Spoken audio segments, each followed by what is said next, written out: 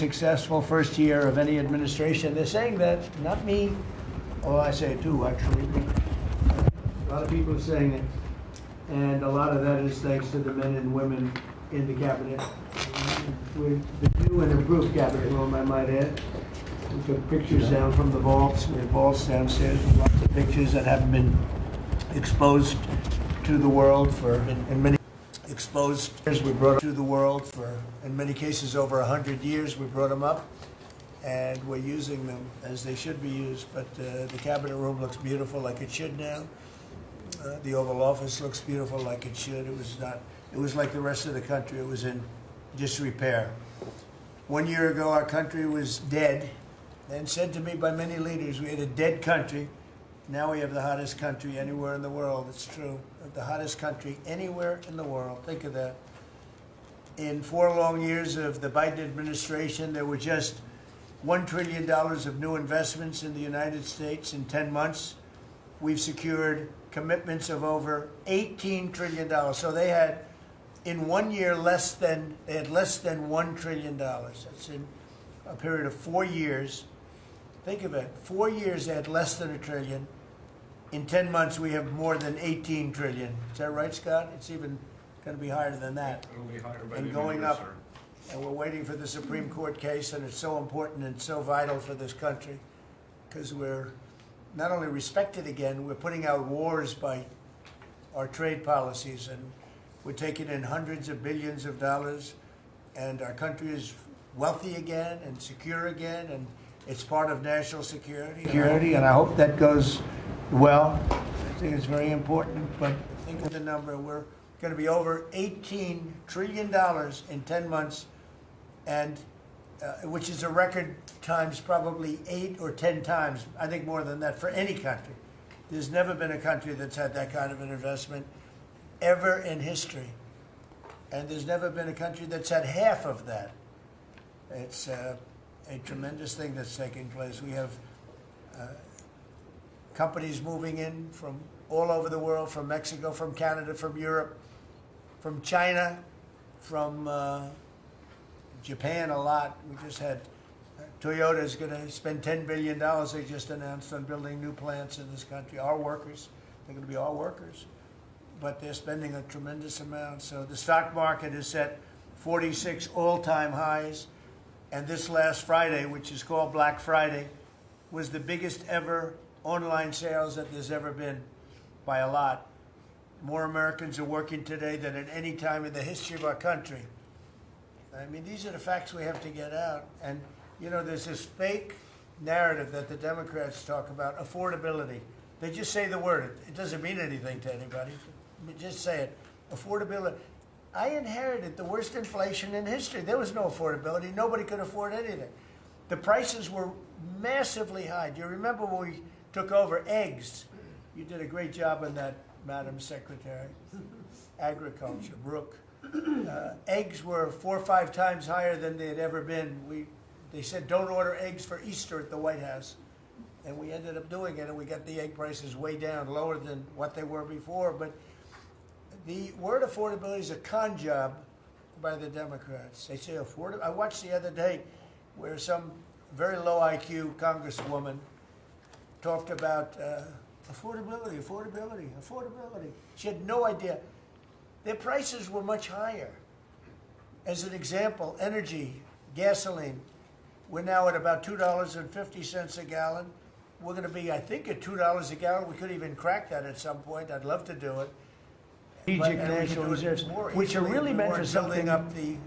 They're not meant to keep people happy with their gasoline price. They're meant for war. They're meant for problems, big problems. He emptied it out, and then she continued it during the process of trying to get elected. Didn't work out too well for him. And they virtually brought it down to the lowest level, I believe. They're not meant to keep people happy with their gasoline price. They're meant for war. They're meant for problems, big problems.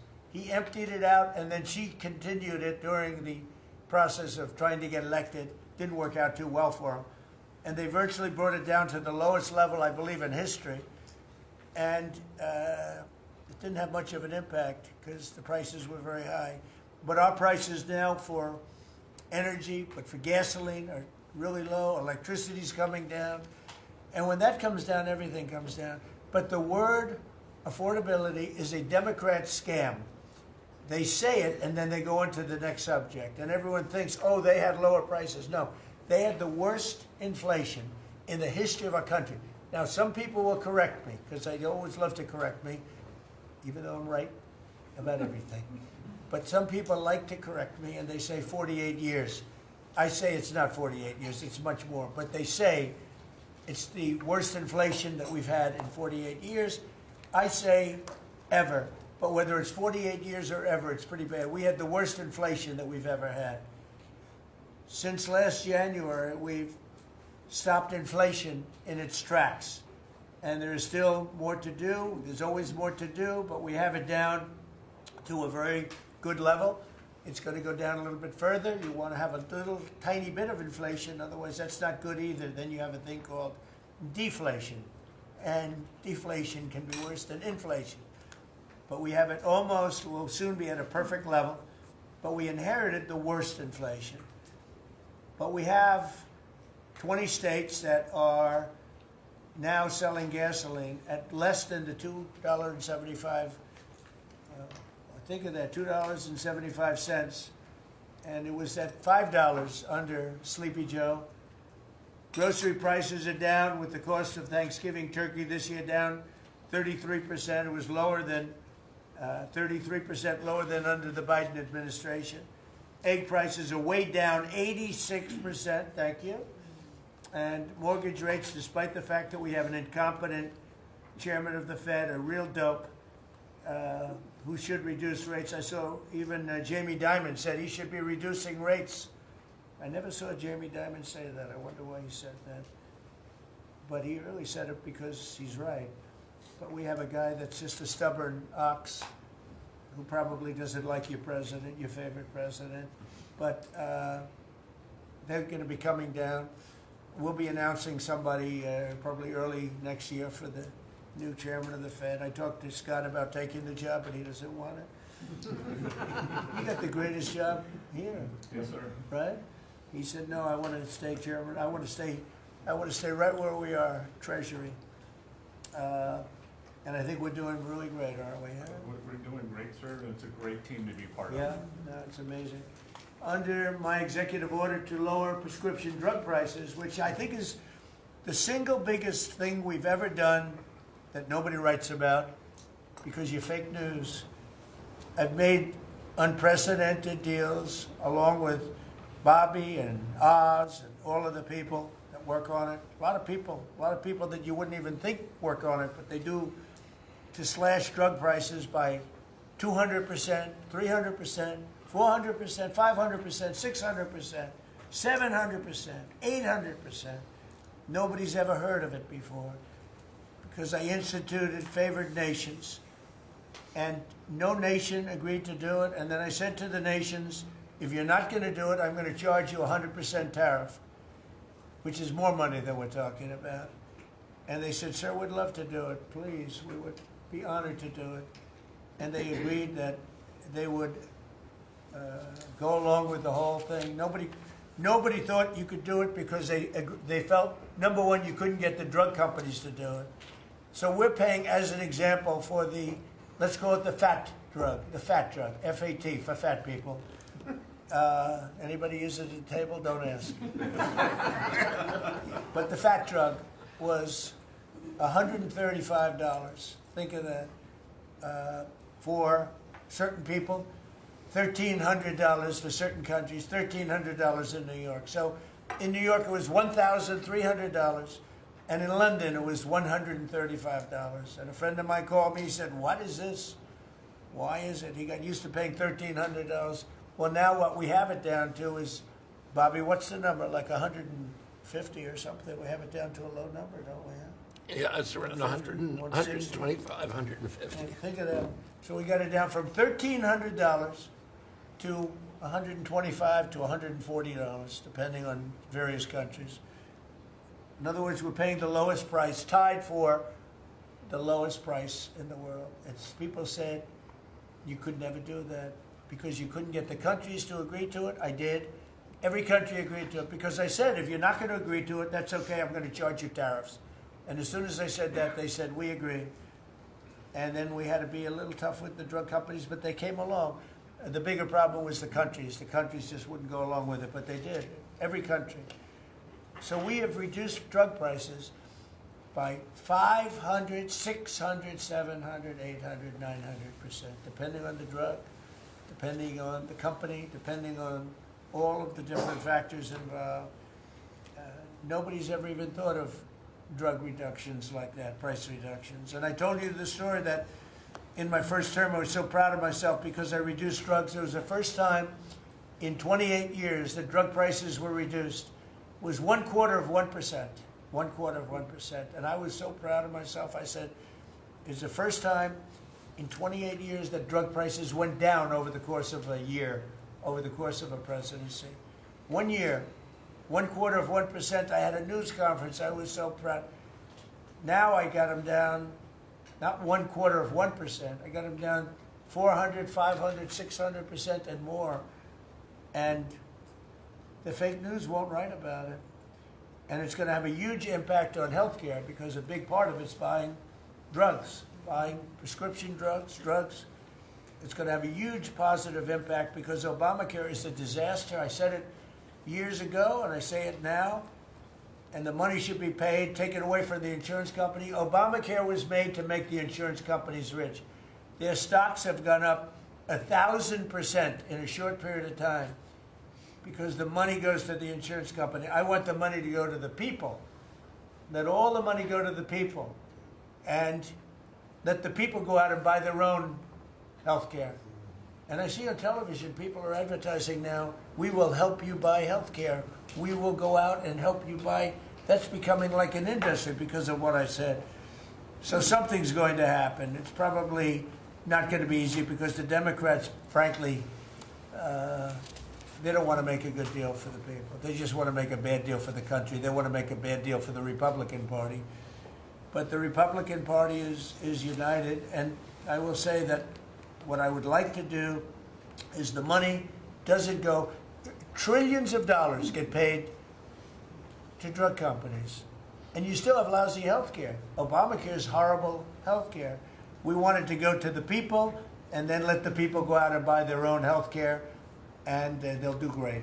They'll do great. So we're negotiating that now with the Democrats. Well, congressional Democrats want the largest tax hike in history. I proudly signed the largest tax cuts in American history with the Great Big Beautiful Bill. The Great Big Beautiful Bill, the biggest piece of legislation ever signed, and that includes the extension of the original Trump tax cuts. But it's the biggest tax cut ever signed, and it includes no tax on tips, no tax on overtime, and no tax on Social Security. Nobody's ever seen anything like it, so think of that. And in addition, you get, if you buy a car, this is great for our car industry because we have a lot of car plants. We're bringing back the automobile business. 60% of it was stolen because we had incompetent presidents or incompetent trade people. But 60% of it was stolen over the years, and now I think we're bringing it all back. I think we'll be bigger than we've ever been in the auto business. That's not even to mention AI, where we're leading China. You know, we're leading China by a lot. They're not going to catch us. We have to be smart, but if we're smart, they're not going to be able to catch us. They know that. They told me that. Next year is projected to be the largest tax refund season ever, and we're going to be giving back refunds out of the tariffs because we've taken in literally trillions of dollars, and we're going to be giving a nice dividend to the people, in addition to reducing debt. We, as you know, I inherited a lot of debt, but it's peanuts compared to the kind of numbers we're talking about. So we're going to be making a dividend to the people, and additionally, we're going to be able to reduce debt. And as time goes by over the next 2, 3, 4 years, those numbers are going to go up. And I believe that at some point in the not too distant future, you won't even have income tax to pay because the money we're taking in is so great, it's so enormous, that you're not going to have income tax to pay. Whether you get rid of it or just keep it around for fun or have it really low, much lower than it is now, but you won't be paying income tax. We've slashed $1 trillion in costly job-killing regulations, saving Americans an estimated $2,100 for a family of four. The Biden administration was the exact opposite, but times four. They went up $6,000. We went down $2,100. Think of that. To bring down energy, electricity, and utility prices, I ended the Green New Scam. They call it the Green New Scam, one of the greatest scams in the history of our country. They talked about global warming and all that crap, and what they've done to this country. What they've done by allowing 25 million people into our country, many of whom are criminals, many of whom, 11,888 are murderers, and we have to get them out, and we're doing it. We're doing it. I think what the job that our law enforcement groups are doing, Christy, you and Tom and everybody, amazing. What you're doing is amazing. I terminated the insane electric vehicle mandate. And look, some people that make electric cars weren't happy with that. But we have to do that because you have to have a choice, whether it's a gasoline-powered car, and we have so much gasoline. You know, China doesn't have gasoline. We do. And whether it's a hybrid, which really are working really well, the combination of electric and gasoline-driven. But we... everybody was supposed to, by 2030, everybody had to own an electric car under the Biden stupidity. And not everybody wants to do that. I like electric cars. I like all cars. They're all good. They all have reasons. But you want to be able to go and buy what you want. I imposed historic tariffs that are now bringing in so much money that nobody's ever seen anything like it. And countries that were ripping us off, including allies, but they were ripping us off for years. I won't use the names. I won't mention Japan. I will refuse to mention South Korea. I will not mention names. But they were ripping us off like nobody's ever been ripped off before, and taking horrible advantage of your country. But now we're making a lot of money. We're making a lot of money because of the tariffs that are pouring in. And it's really national security. Among everything else, it's national security. We've also rapidly turned the worst border crisis in world history. I believe we had the worst border ever in history. I don't care if you had a fourth world country. You know, we allow third world country in. We would allow fourth world war countries in also. It doesn't matter. There was never a border that was as bad as our border. We allowed anybody in with no checks, no vetting. So we've rapidly turned the worst border crisis in world history into the strongest border in the history of our country, and probably one of the strongest borders in the history of the world, because we have nobody coming through. And I want to thank our people. The Border Patrol is so amazing, ICE, and I want to thank the military for the backup, because they're standing right behind them, and that was really nasty for a period of months, and now it's no longer nasty. Now they don't even come up. Nobody comes up. It's an easy, because they know they're not going to get through. And we take people in, but they have to come in legally. For 6 months in a row, 0 illegal aliens have been admitted into the United States. You believe that? 0. We had millions of people coming in a year, millions. Now we have 0 for 6 months. And these are given by radical left people that do the numbers. I mean, they're not doing them any favor. They're being we don't have our net numbers are unbelievable. But we had 0 people in the last 6 months. Illegal border crossings along the U.S.-Mexico border have plummeted to the lowest level ever recorded. And nobody talks about that anymore. You know, it's crazy. They don't talk about it. You think they'd say, well, Trump's done a great job in the border. This country is being destroyed by the border. But you always find something new, like, is he in good health? Biden was great, but is Trump in good health? I sit here, I do 4 news conferences a day. I ask questions from very intelligent lunatics, you people.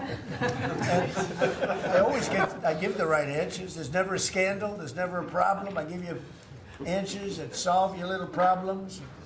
You go back. and you can't find anything, but you do stories about Biden was in wonderful health. The guy didn't do a news conference for 8 months. If I go one day, I had one day where I didn't do a news conference, there's something wrong with the president. You people are crazy. I'll let you know when there's something wrong. There will be someday. That's going to happen to all of us. But right now, I think I'm sharper than I was 25 years ago. But who the hell knows? By the way, I took my physical. I got all A's, everything. But they said to me, would you like to take a cognitive test? I said, is it hard? They said, yes. I said, well, I'm a very smart person. Who was the last president to take one? No president has ever agreed to take one. Because when you get into the mid-questions, meaning, 10, question number 10, 11, 12, 28, 30, they get harder and harder. And they said, would you like to do it? I said, well, no reason to do it. Nobody's ever done it. I'll do it maybe, but there's really no reason. They said, sir, the problem is this is Walter Reed Hospital. And that's a military hospital. And that means that things are, sort of open. It's not like private where you have, if you do poorly, we'll have to, probably you'll find out. I said, I won't do poorly. I'm a smart person, not a stupid person. And as the doctor will tell you, I aced it. Right, Susie? I aced. I got every question right. And these are tough questions. These are questions that I would say 99% of the people that I'm talking to right now, meaning the people from the fake news, would not do well in those exams. But I'm the only one that took it. I got every single question right. And then I read in the New York Times, is Trump sharp? Trump is sharp. But they're not sharp. That's why they're going out of business, the New York Times. I hear that they're losing so much money, it's ridiculous. They're a bunch of fakers. But we can never let another thing happen like what happened to us with a fake election, with a rigged election, where a guy like Joe Biden assumes the presidency. Because the man was grossly incompetent. And he was incompetent 30 years ago. But he was really incompetent for those last few years. And our country was put at great danger because of it. So for 6 months in a row, we had 0 people. Illegal border crossings along the U.S.-Mexico border have plummeted to the lowest level ever, ever, ever. Think of that. And the net benefit to our country is enormous, incalculable. America is strong and respected again. On the world stage, we're really respected. In fact, I went to a NATO and they were calling me the president of Europe. We're doing very well. We have a lot of respect. As you know, we have a problem with a war that our people are trying to settle now with Russia and Ukraine. We are not involved in the war monetarily anymore. Biden gave away $350 billion like it was candy. That's a massive amount of money. And much of it in cash, a lot of it in equipment. I don't give away anything. We sell the equipment to NATO. The European nations pay us for the equipment, 100% price. And then they bring it to Ukraine or whatever they do with it. But we're trying to get that settled. I've settled 8 wars. This would be the 9th. And our people are over in Russia right now to see if we can get it settled. Not an easy situation. Let me tell you what a mess. It's a war that never would have happened if I were president. Not even a chance. And it didn't happen for 4 years. We've renamed the Department of Defense the Department of War, and I thought that would be controversial. And frankly, I tell you what, I haven't met one person. There's not one person I've met that doesn't like it. Think of it. We won World War I, World War II, everything in between, everything before it. And then we said, let's change the name. So we changed it back to what it was, Department of War, and Pete's doing a great job. We ended 8 wars, think of that. 8 wars, but we're going to do one more, I think. I hope. Every time I end a war, they say, if President Trump ends that war, he's going to get the Nobel Prize. So I end that war. Well, he won't get it for that war, but if he ever gets it for the next war, now they're saying, if he ever ends the war with Russia and Ukraine, he's going to get the Nobel Prize. What about the other 8 wars? India, Pakistan. Think of all the wars I ended. I should get the Nobel Prize for every war, but I don't want to be greedy. Actually, the woman who got the Nobel Prize said, "You've got to be kidding. Trump deserves the Nobel Prize." So that was very nice of her. I appreciate it, which is true, actually. But I don't care about that. You know what I care about? I care about death. I care about all the people that are dying. And last month, 27,000 young people died, mostly young people, mostly soldiers, despite some missiles being shot into Kiev and other places. But think of it, mostly young people. 27,000 people died between Russia and Ukraine last month. What a shame. So we're restoring law and order to our cities and towns. If you look at what's happened, and I want to pay my deepest respects to those two incredible people from the National Guard in West Virginia they came from. I spoke to their parents. Sarah is gone. She passed away. She's looking down on us now, and she loves her parents, and they loved her. They were, somebody said, "How are they doing?" I said, "The word is devastated." Doing. How are they going to do? They're devastated. The rest of their lives they're going to be devastated. She was an incredible person, highly respected, top of her class, everything. She was like a perfect human being. 20 years old, just started. She was like a baby. She was so proud. They were giving her a promotion. And she told the parents that she was getting a promotion, and they were so proud of her. And then they get a call that this happened. And we have one young man who's fighting for his life. He's fighting very hard. I think he's probably doing better than anybody. And they said he didn't have a chance. I'll tell you, the one who said he's going to live is his mother. He spoke to his mother. "Sir, he's going to live." I spoke to her very soon after this horrible event took place with this scum that is able to come into our country. I spoke to his mother. "Sir, he's going to be okay. I'm telling you." No doctor thought that. Nobody thought that. He was hit in bad places, and she was like so positive. It was incredible. And it's possibly right, Pam, right? Possibly right. Boy, it would be amazing. If he lives, it would be amazing. A miracle, actually. But we're very proud of those two people. We're very proud of the National Guard. We're very proud of our military and our police and our firemen and women. If you go back and take a look a year ago, year and a half ago, it all changed, I think, on November 5th, the day of the election.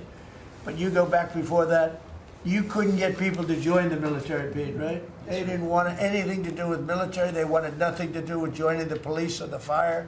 They wanted nothing to do with anything.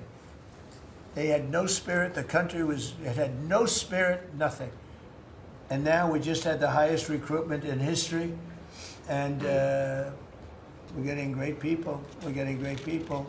And I will say, despite what just happened, Washington, D.C. has become a really safe place. And I guess this lunatic probably was upset that the National Guard is so effective, because we were really, really effective, and we are. And Washington, D.C. is now considered a very, very safe city. We had crime numbers a year ago that was so bad, embarrassment, that the city, the capital of this country, could have numbers like that. And Washington now is, no murders, no this. It's been a miracle also what happened here. And now we're in Memphis, and we're going to New Orleans pretty soon. Over there, the governor called me. He'd like to have us go there. Governor Landry, great guy, great governor. He's asked for help in New Orleans, and we're going to go there in a couple of weeks. And we're doing a real job. Even Chicago's down a little bit because we have a minor force there. We could knock it down within 4 or 5 weeks. We could bring it down to almost nothing. But we have a governor that's grossly incompetent, and we have a mayor that's even more incompetent than the governor. He's a very low IQ person. And typically low IQ people don't make good mayors. So I want to thank all of our cabinet members. They're high IQ. Let me see, one. Yeah, generally speaking, a couple I'm a little concerned about. No, but I want to thank, we have a great cabinet, amazing people. All of them, sort of have become stars. We're getting credit for the good cabinet, actually. And I just want to wish everybody a great holiday. We've I think done a great job with the White House, bringing the White House back. You see the Palm Court that was redone. The Lincoln bedroom was redone. The Lincoln bathroom is now gorgeous, like it should have been. It was terrible green tile that was never the way it was supposed to be. It was done in the 1940s, actually, but it was not proper. And we're restoring the White House just like we're restoring the country, and people are thrilled. But the First Lady's done a beautiful job with the Christmas trees and all the decorations. I see the wreaths on the windows. I've never seen that before, on the windows of the White House. And you know, it's 4 stories high. I said, how did they get that wreath? They had people going up in a little dangerous. I wouldn't want to do it. But they put them up, and we have wonderful people working in the White House, and they're really proud to bring the building back. Because this building was a little bit like the country. It was mishandled, it was mistreated, and now it's being given love. And we're building one of the great, I think, maybe the greatest ballroom. We needed it for 150 years. They've been asking. You see the trucks and cranes and excavators in the background, and you hear them, and every time I hear them, I love the sound. To me, I love the sound. I wouldn't say my wife is thrilled. She hears pile drivers in the background all day, all night. They go till 12 o'clock in the evening, day, night, pile drivers. Darling, could you turn off the pile drivers? Sorry, darling, that's progress. But no, we're doing great. It's going to be I think it's going to be the finest ballroom ever built, and we're going to have it here. They've wanted it for 150 years. Think of that. So I will just end by saying I want to thank the cabinet. It's been a great cabinet. Let's think of it. Time flies, but this is our last of the year, as I said, and I just think you've done a fantastic job. And we're going to go around the room. We'll go quickly, but we're going to go around the room, and we'll start with Pete, and you'll tell us about some of the achievements. And some of you have achievements that are so big, I don't want you to go through the whole thing because we don't have time. But we'll start with Pete, and then if you want, we'll take some questions at the end. Please, Pete. Well, thank you, Mr. President. As you said, it has been a historic year at the Department of War. Recruiting and retention over this year are at the most historic levels our country has ever seen. I had a chance to be on an aircraft carrier destroyer over Thanksgiving. The spirit in our ranks since the election under President Trump is unprecedented. I've never seen anything like it as a soldier myself in uniform, and I know a lot of you feel the same way. We've ripped out the DEI and the political correctness. It's all merit-based at the department. We're getting back to basics: accountability, training, readiness, lethality, and that's reviving that spirit. And Mr. President, we're rebuilding the military, historic investments. I just took briefings on the Golden Dome and F-47, next generation capabilities that are going to make sure that for generations to come, America has the most powerful, most capable, most lethal military in the world, which you have rebuilt once and we're rebuilding again. And then we're reestablishing deterrence and credibility. If you look at what happened, we deal with every day the outcome of what happened in Afghanistan, the debacle under Joe Biden. We just dealt with it in the streets of Washington, D.C. with those 2 National Guardsmen. And then what happened on October 7th with Hamas, what happened in Ukraine, a war that never would have started under President Trump. We're having to rebuild that. So whether it's freedom of navigation and taking the fight to the Houthis, whether it's Midnight Hammer, those beautiful B-2s going 37 hours back and forth, undetected, delivering with precision, and Iran not getting nuclear capabilities, Europe and NATO stepping up to 5%, locking down our southwest border. It's been an honor to work with Christy and Tom and everyone else down there to lock it to 0, operational control of our border. And then it's getting after and going after narco-terrorists and designated terrorist organizations in our own hemisphere. As I've said, and I'll say again, we've only just begun striking narco boats and putting narco-terrorists at the bottom of the ocean because they've been poisoning the American people. And Joe Biden tried to approach it with kid gloves and allowed them to come across the border. Cartels take over community, 20 million people, hundreds of thousands of Americans poisoned. And President Trump said, no, we're taking the gloves off. We're taking the fight to these designated terror organizations. And that's exactly what we're doing. So we're stopping the drugs, we're striking the boats, we're defeating narco-terrorists, and we're standing... And Peter, you may say one thing, that drugs coming in through the sea by sea are down 91%. And I don't know who the 9% is. I'm not sure either, sir. But down 91% by sea. We've had a bit of a pause because it's hard to find boats to strike right now, which is the entire point, right? Deterrence has to matter, not arrest and hand over and then do it again, the rinse and repeat approach of previous administrations. This is meant to get after that approach. And I will just end by saying, as President Trump always has our back, we always have the back of our commanders who are making decisions in difficult situations, and we do in this case and all these strikes. They're making judgment calls and ensuring that they defend the American people. They've done the right things. We'll keep doing that, and we have their backs, Mr. President. Good job. Thank you very much. Howard? So we set out to stop the ripoff of the United States of America. This is about global change of trade. We've been ripped off since 1945 when we set this policy. So we set out, and together with my partners, Jameson Greer and Scott Bessett, we set out to change that. So we started, the first one was the UK deal, right? We asymmetric. They pay us 10%, and we get charged nothing. That allows us to export, and that began the process. Then we did the biggest, the European Union, 450 million people, $20 trillion economy. They completely opened their borders to us, and we charge them 15%. That makes America $100 billion a year and turns it back to where our economy is the best. And so it proved that President Trump's trade agenda was the right trade agenda. Then we go to Japan and Korea.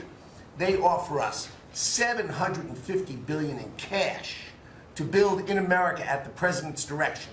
And we're going to start, as an example, nuclear. Right? We need to have a nuclear arsenal in America of power, the generation of power. So we're going to build hundreds of billions of dollars, financed by the Japanese and the Koreans, meaning they give us the money, we build it here, and we split the cash flow 50-50. We're going to build ships, $150 billion worth of ships in America. That changes the way things work, right? After those trade deals, then you go to how are we going to reshore? Right? Let's start talking about the auto industry, right? We've been competed against by Koreans, the Japanese, the Europeans. We're kicking our tail. President Trump changed it. 25% tariffs, bring it all home. This year, General Motors stock up 40%, Ford up 34%, and on the same day that we announced we had set all the tariffs, Sean Fain, the head of the United Auto Workers, called and said, I can't believe I'm calling a Republican Secretary of Commerce to tell the president that this is the greatest administration for auto workers in America. The stock's up and the auto workers up. That proves that President Trump understands how to take care of the whole ecosystem, both the companies and, more importantly, the people who work there. Semiconductors, right? We didn't build any. The Biden CHIPS Act was a $60 billion giveaway, right? We've now turned that. $300 billion is committed to America. That's going to go up to $750 billion in the next 60 days, right? And then you go to pharmaceuticals, right? $250 billion being invested in America, and then working together with Bobby Kennedy, right? Pounding away on that MFN, working together as a joint team. They're coming to over $250 billion and cutting prices in half. We did the golden share of U.S. Steel to make sure the Mon Valley is protected. Intel gave us 10% of the company, make tens of billions of dollars, right? And the last thing I will say is a year ago today, I was working on transition with President Trump, right? To build the greatest cabinet ever for the greatest president ever. And I, as I sit here today, I can't be more proud of how you did it, sir. You've created the greatest cabinet. It is a joy to be at this table. Thank you. You know, one thing we will mention, so they came to see me from Intel, and they had a problem. I said, look, we'll fix your problem, but I think the United States is entitled to 10% of your company. And the chairman looked at me and he goes, you have a deal. Tell them, how much money have we made since I made that deal? It's only $40 billion. 40 billion. We made $40 billion. That was, what, 3 months ago? Does anybody write about it? Nobody writes about it. That's okay.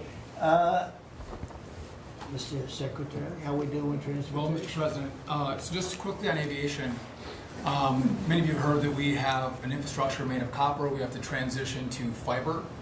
The last administration said it was going to take more than 10 years to complete the transition from copper to fiber. They had no plan to actually do it. We have already completed a third of this transition from copper to fiber. Now it's going to take longer for us to go from analog to digital. By the way, the rest of the world transitioned 20 years ago from analog to digital. We are just going to do that at the FAA right now, but we're buying new radios. We're going to buy new radar. By the way, those radar are going to be made in America, Mr. President. This phase of the operation will be completed by the time you leave office. It's 3 years. I do need another $20 billion, Congress, to start the second phase, which is really important, and we'll try to get that done also in that 3-year time period, but we need the money. Critically important. With regard to commercial driver's license, I think we've covered a lot the crashes that have taken place around the country, and what we found is there have been states that have issued commercial driver's license to foreigners, and they've gone through sham schools, and they're not safe on American roadways. And so, in partnership with Secretary Noem, we have driven those numbers down. We got California, Gavin Newsom, to revoke 17,000 unlawfully issued licenses. We've closed down half of the fake schools that give out these fake licenses, all critically important. Governor Tim Walz of Minnesota gave 33% of these licenses unlawfully. People that should never have a driver's license driving a big rig on American roads, endangering the American people, shameful. We've cleaned up Union Station here in DC per your directive. We're going to rebuild Penn Station in New York.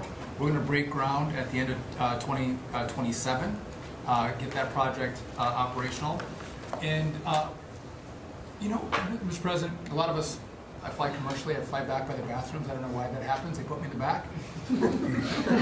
But, you know, we've asked Americans to bring their better selves, to bring civility back to travel, to say, listen, let's say please and thank you. And if you have someone's pregnant on your flight and you're as strong as Pete is, well, pick up the bag and help her put it in the overhead bin. Let's be nice to each other, is what we've asked. Maybe not wear pajamas or slippers on the airplane. And I think it's been received fairly well, and I think we can all have a better travel experience when we do that. And just the last point I'll make is there was a big football game where the Merchant Marine Academy that falls under DOT actually beat the Coast Guard with Christy Noem. We beat them by 1 point, and so we're very proud of that. And, so well done, Kings Pointers. So a little bit in a nutshell, we're rebuilding the air traffic control under boot edge. That is supposed to be boot edge. Who's another grossly incompetent person. He'd get in his bicycle, ride to work, and he was just terrible. What they do is they take the fiber optics and they take fiber trying to hook it into copper, and fiber and copper don't mix. You can't do it. But people knew that for the last 30 years since they started doing the fiber. And they spent billions of dollars, and it didn't work. And you saw that by the helicopter crash. You saw that by into the plane. You saw that by a lot of things. So we're doing a brand new air traffic control system, and it's going to be the best, and it's going to be from top to bottom. And we have the 3 top companies in the world bidding on it. And it's going to be one bid, and we're going to have one company responsible, and it'll be the best system. And it's going to make this. Look, our skies are safe. Otherwise, we wouldn't let people fly. But we're going to have the safest skies. We're going to have the best system anywhere in the world. We're also going to rebuild Dulles Airport because it's not a good airport. It should be a great airport, and it's not a good airport at all. It's a terrible airport. It was incorrectly designed with a good building. Actually, it's got a beautiful terminal. Saarinen was the architect, one of the greatest architects in the world at the time. A great architect. And so they have a great building and a bad airport. But we're going to turn that around, and we're going to make Dulles Airport serving Washington and Virginia, Maryland, etc. We're going to make that into something really spectacular. We have an amazing plan for it and other things. But yeah, you're doing a really good job. I appreciate it. The people movers of Dulles, we had a crash recently. So we're going to announce that later today, a request for bids on this. But again, it's a not a great airport, which we can make great in this administration, Mr. President. We have a design that's amazing for Dulles. It's going to take Dulles and make it a really bad, it was a badly designed airport. We're going to make it into as good as there is in the country. It'll be exciting. Okay, please. All right. Well, Mr. President, it's good to be here at this meeting because in 1 year you can look around the table and see the change. And I think one of the biggest changes is how this cabinet works together. And I will start there. This has often been said, I found out some things this year that I didn't know, that the Department of what was Defense, now Department of War, and the Veterans Department had never really communicated. Now, we're fraternal twins, in a way. Pete and I are. He looks better, I'm better looking. But in looking at this, I mean, he brings them in. He keeps them for a number of years, up to 20 or longer. And then they come into what the country is committed to our veterans. And if you don't have both ends working correctly, then recruitment lags, morale lags, and we've been able to work and fix a great deal of that. I didn't need to change our name, but I did do one thing. I put the veteran back first at the VA. And we did that in 1 year. How did we do that? We started taking things that have been neglected for a long time and put them back. We had a backlog in which we've dropped over 160,000. We're not talking year-to-year change at the VA. We're talking 5-6 years. We have to go back 5 to 6 years prior COVID numbers to see the change of backlogs that are now reduced. We do it in 6 months instead of the long time it took. In fact, it grew under the Biden administration. It shrank over 160,000 under us. Champ VA, which is a program we have, has basically been back to day to day. It was at a terrible state, which delays and claims and everything's going on. We've got that back. We're doing things like taking a new look. I have one question that I ask when I go to my hospitals, which by the way, over 170 hospitals, 1,200 clinics, and I ask the people one thing, Mr. President. I said, what are you doing right now that if you were just honest and I wasn't standing here, you say, this is stupid.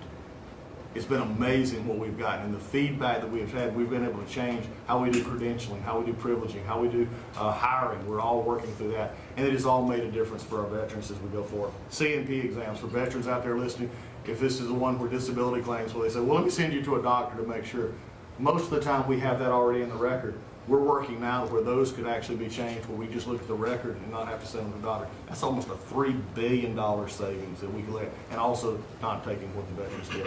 We're also getting ready to announce here pretty soon a reorganization that's going to bring our hospital system organizationally in line with the 21st century. We are the largest healthcare organization. It's about time we acted like it, Mr. President. You gave that leadership, and we're going to do it.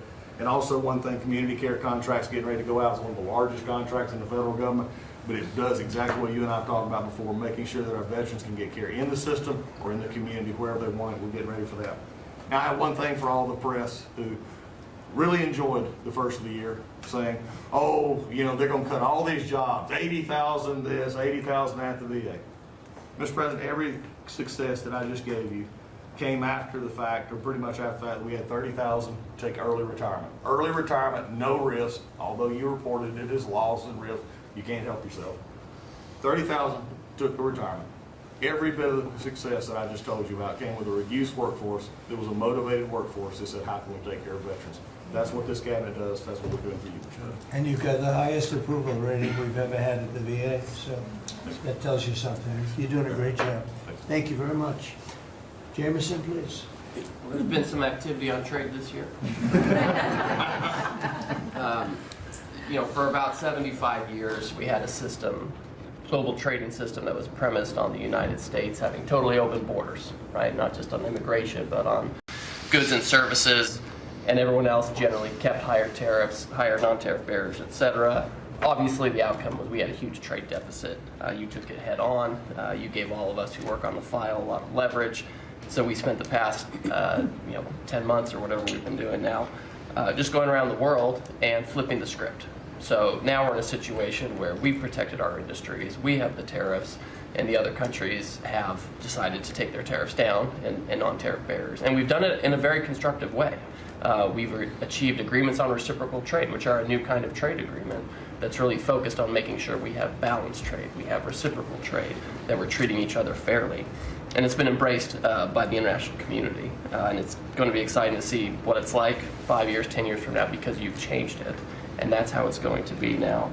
And I think you should be commended for it, and we look forward to seeing what comes in the next few years. Thank you very much. You're doing great. He's doing a great job. Thank you very much. Please. Thank you, Mr. President. Last time I was here, I said that the amount of dereg that we had for regulatory was 30-1. Since then, it's up to 48-1. Your bulleted 10-1, which was in excess of 6-1 in the first term. It's actually much higher than that, but I made my team redo the threshold a little bit because it sounded so unbelievable. But the amount of work that's being done with this entire team is astronomical. And another detail in that is that when we propose a rule, some of the biggest ones that you care the most about don't go into that count until they are finalized. So next year we should be even more eye-popping. One of those to talk about is the federal acquisitions regulations, which you gave us a charge 6 months ago to dramatically reduce. In 6 months, we've lowered it by 25%, 500 pages, 2,700 mandates, which is a third of the mandates. That's going to lead to savings, competition, and speed. So probably $40 billion for the agencies in savings over the course of 10 years. When we get up and running, it'll be north of between $200 and $400 billion. Competition, about 45% of government bids only have one bidder. So you got no competition in that situation. That will now change, and then we're just getting faster, months, and hopefully we turn it into years, which means you all around this table can buy things that you need quickly, and that you have better vendors to come, many of them small businesses who want to participate in the federal procurement process. So making all sorts of improvements on that front. It's very exciting. Thank you, Mr. President. Great on the regulations. We're cutting them at levels never seen before. And I have the record from the first 4 years, but we're blowing that record away, so it's been really great. Good. Scott? Yes, sir, Mr. President. Great to be with everyone. And, you know, when you were giving your report, which was fantastic, and I listened to the report of all my colleagues here and those that will come, it reminds me when I played in the NFL, we had this thing called game film. You know all about film. And we had a saying that said, the film don't lie. The film tells a real story. And I hope that the American people, when they watch the film that's going on now in this time in our history, that they will see that America is greater today than it ever has been. And so I thank you for that. And thank you for giving us good stories that we can tell for the American people. Scott, we're saving our country. Yes, sir. Okay? And I don't want to be braggadocious. We're saving our country. Our country was going down and would never have been able to come back. We're saving all of us, but we're saving our country. All right, go ahead, please. Yes, sir. So at Housing and Urban Development, in keeping with your executive order, sir, in making America's streets safe and beautiful, again, we've been very intentional about making public housing in our country safe. And I want people to know, our colleagues know this, but people in America know that we actually care about people that live in public housing around our country. A lot of public housing is wrought with crime, sex trafficking, drug trafficking, illicit drugs, illegal aliens living in public housing, but we've put them on notice to let you know that it's not lost on us. We care about the people, we're paying attention to it, and we're going to root out crime in public housing. We've been very focused on working with the Memphis Safe Task Force, the DC Safe and Beautiful Task Force, working with Pam and Christy and others, and law enforcement. Our law enforcement is tremendous. Every single night they go out and they go to public housing to make sure that our people are safe, mothers and children are safe. And so at HUD, you know, it's a different day. We're running new plays. The film was real bad when I came in, I'm gonna be honest. But we are giving the people that live in public housing the assurance that they will be safe. And we also announced a new crime hotline, sir, that people that live in public housing, if they see criminal activity, if they see illegals living there, if they see drug trafficking, if you see it, if you hear it, report it. Don't be afraid. And so work with our Office of Inspector General. We've set up this crime hotline, and also working with Christy and Department of Homeland Security, making sure that everyone that lives inside of public housing is accounted for and that they are American people. And so I say that and I emphasize that to know that we prioritize American people and American people only. Lastly, sir, in Atlantic City, we took over the Atlantic City public housing because the living conditions were deplorable. And they have people that have been living there for 3 generations, and they were being treated very bad. And so I took it so that we can now give people a safe place to stay. And working with the First Lady in the Foster Youth Initiative has been a great joy for me and our team. So thank you for doing that executive order to make sure that our foster youth have a safe landing pad and have financial literacy as they age out of the foster youth system. And sir, you talked about affordability. HUD has supported over 1 million Americans in home ownership and affordability, and over 560,000 are first-time home buyers. So I hope that the press will write about that good news, that 1 million people are able to own a home and to refinance their homes. And sir, we are moving our building from DC to Alexandria, Virginia. So thank you for your support. We're going to save the American people about $500 million. So that's my report. Thank you, sir. Thank you, Scott. Well, coming off of Thanksgiving, moving towards Christmas, I think it's the season of Thanksgiving, and 2 words for me are gratitude and joy. Gratitude to you for, as Howard said, bringing this team together.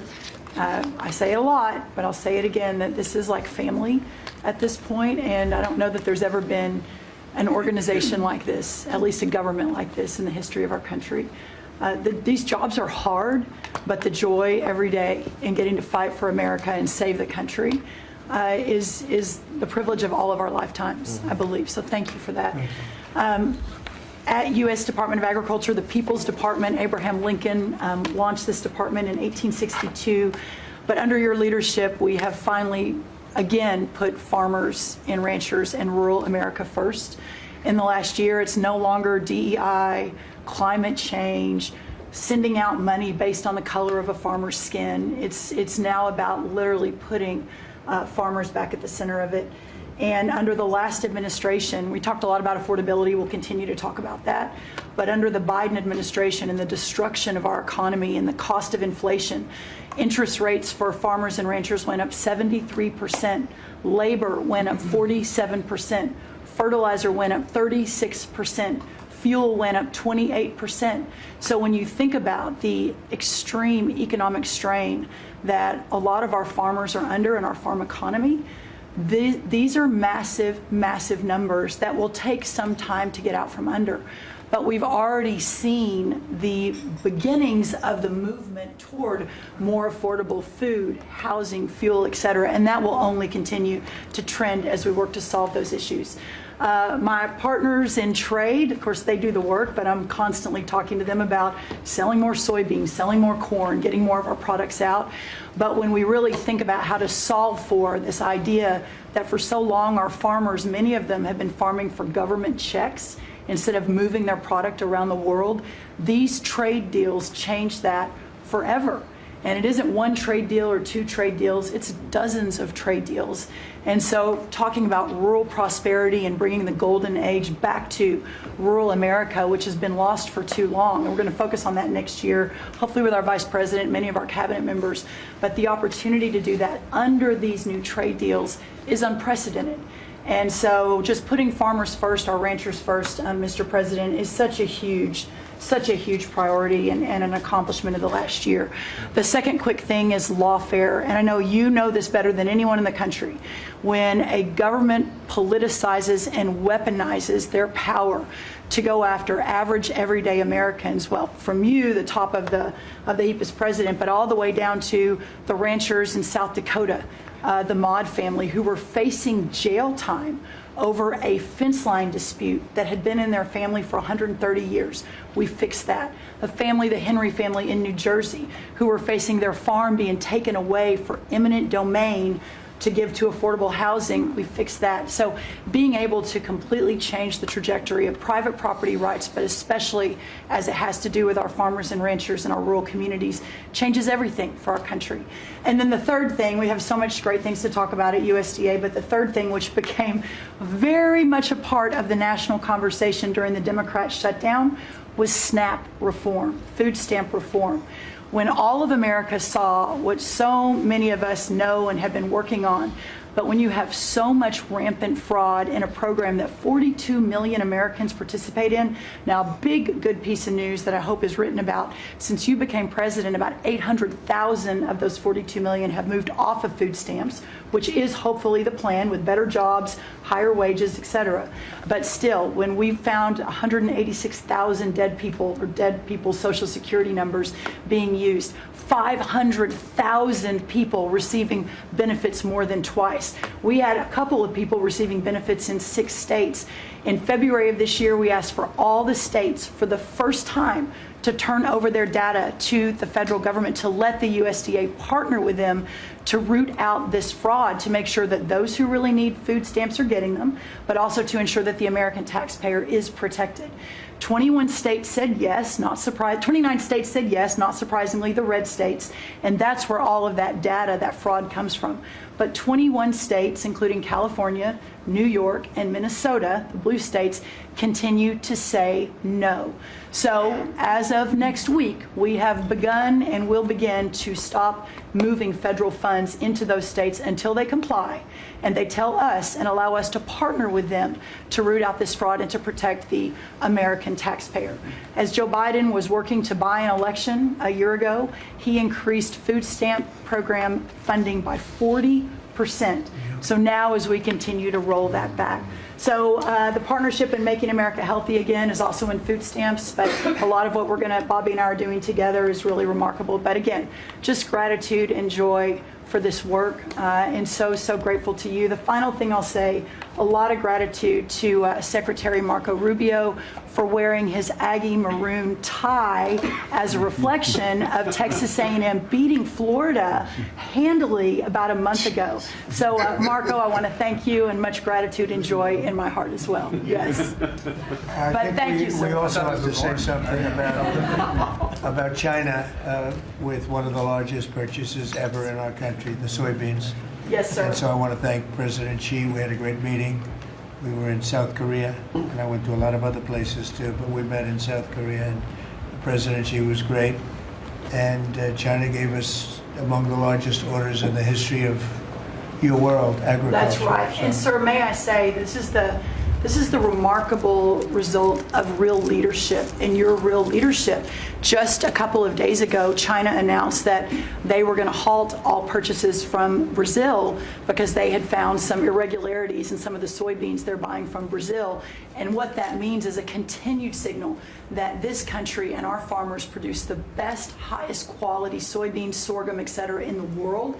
And what you've been able to do is open those markets up and again, move toward an era where our farmers are not so reliant on government checks, but they have the markets to sell their product. Having said that, we do have a bridge payment we'll be announcing with you next week as we're still trying to recover from the Biden To help years. That's right. To help the farmers. We're going That's to help right. the farmers. They did not help the farmers. That's right. Thank you very much. Thank you, sir. Scott? Mr. President, it's been a great year on the economy, but the best is yet to come. The tens of trillions of dollars that have come in investment, both the portfolio investment by companies, investment by countries, that is turning into a CapEx boom for the U.S. Capital expenditures up 15% in history.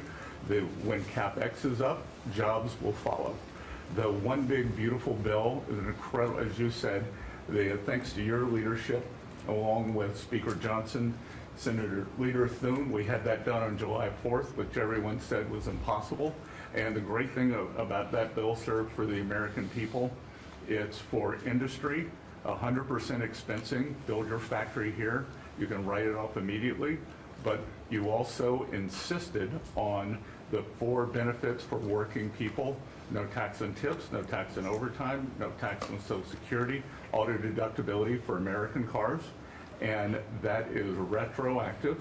So as a result, in 2026, we are going to see very substantial tax refunds in the first quarter.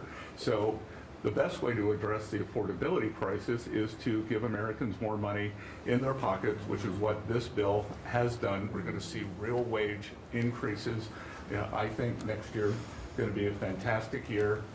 Taxes, deregulation, energy certainty. That's why everyone with your leadership is coming to America. Bond market had its best year since 2020. everyone said couldn't be done. So we're going to have growth. We've had 2 4% quarters before the Schumer shutdown.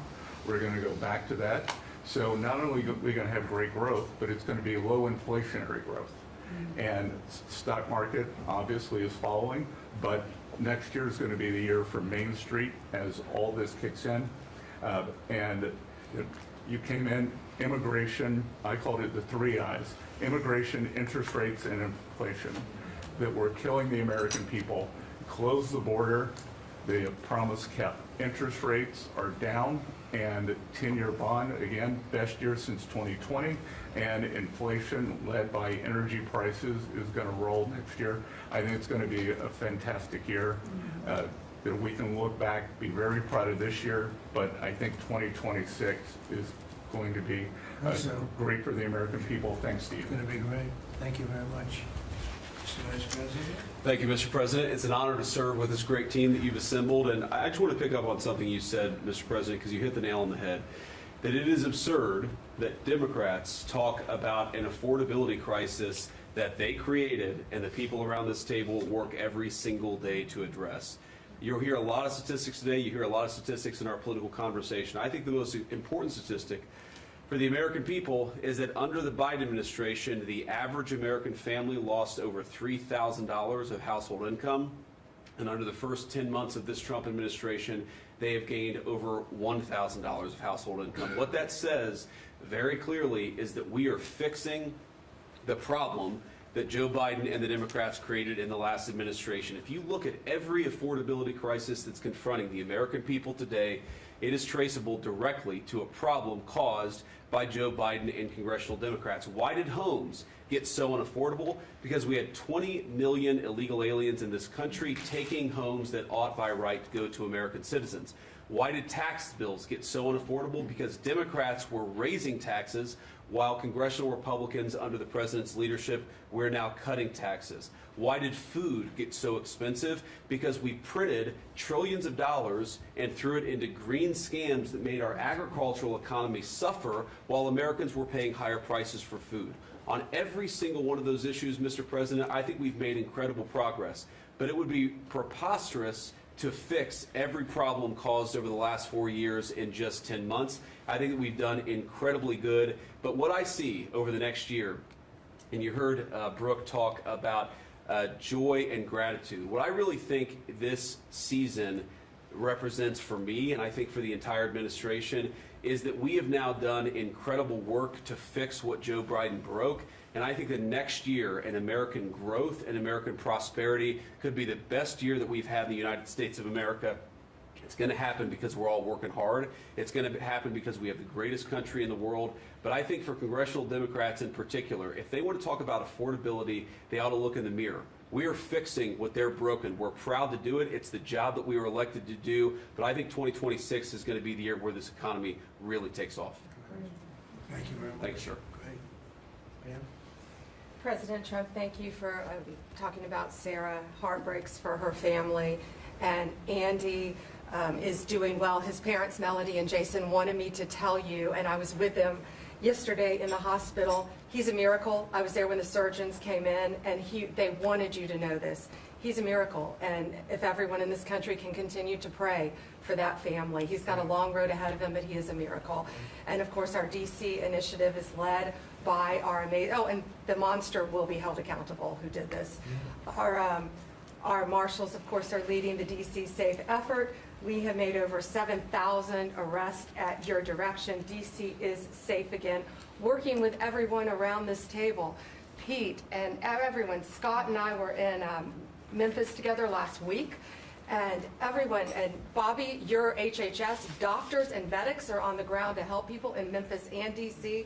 In Memphis, we've made over 3,500 arrests so far. And Homeland Security, Christy, you've been instrumental in this. But it's everyone working together as a team. We even have Treasury agents out there. It's unbelievable, on the ground in DC and Memphis. Of course, law enforcement first, FBI, Kash Patel has led the FBI. We have a 100% increase in the arrest of violent criminals, thanks to your leadership. DEA, led by Terry Cole. Over 45 million fentanyl pills, 4,200 kilos fentanyl powder. That is the equivalent of 347 million potential lethal doses. That's unbelievable that you've taken off the streets of our country. And the weight of all the drugs combined taken off by DEA is the weight of 17 full semi-trucks of the drugs just since you've been in office. The drugs that had flowed into this country under the previous administration. ATF, led by Rob Sakata, has seized more than 31,000 illegal guns. 31,000. Unbelievable at your leadership. 19,000 of those were from trafficking cases. We've been sued on the legal front now.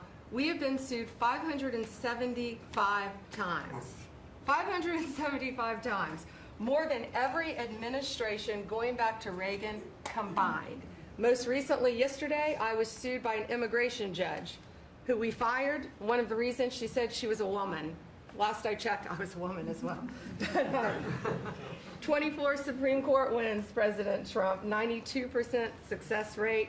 We told you it would take a while to get to the Supreme Court. We're doing it at record speed, led by John Sauer, of course, Sarah and Hosh, all working together. Immigration, we're winning. Nationwide injunctions, ending DEI funding, working to secure that our federal workforce is aligned with your America First agenda, representing pretty much everyone in this room. We met with your general counsel yesterday, Doug, working with everyone. It's nonstop. ICE, of course, we're winning there with Christie. We're Brooke, SNAP benefits, won there. Marco, USAID.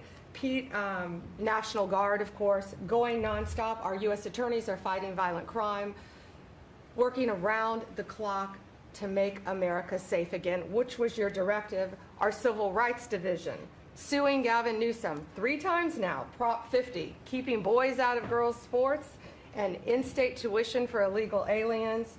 We've sued over election integrity. We are litigating major universities with Linda. Thank you, our Civil Rights Division, for everything that you've done to end DEI in our schools. Our Civil Division fighting sanctuary cities every single day. And of course, our Antitrust Division with Google, major settlement. Our attorneys are working on terrorism, TDA, MS-13, Antifa, President Trump. We've charged more than 500 defendants with assault on federal officers thanks to your directive. And also, we have dropped countless cases against Americans that were prosecuted under the Biden administration, including J6, COVID, FACE Act, and more. And as everyone knows, we cannot talk about pending grand jury investigations, but no one is above the law, and that includes what happened in Arctic frost. I hope everyone has a very Merry Christmas, Happy Hanukkah, and Happy Holidays. Thank you for fighting for our country. Thank you. Thank you very much. Please, Laura. Great. Well, thank you, Mr. President. Thank you for allowing me to be at this table. When I came on board, I knew really none of you in this last year, and it's been a year, Mr. President, since I've had the pleasure to serve this country on the workforce. Everybody said the Department of Labor would be quiet, fly under the radar. You won't have to do too much. Absolutely not, because you made the American people realize the American dream is real for the American workforce.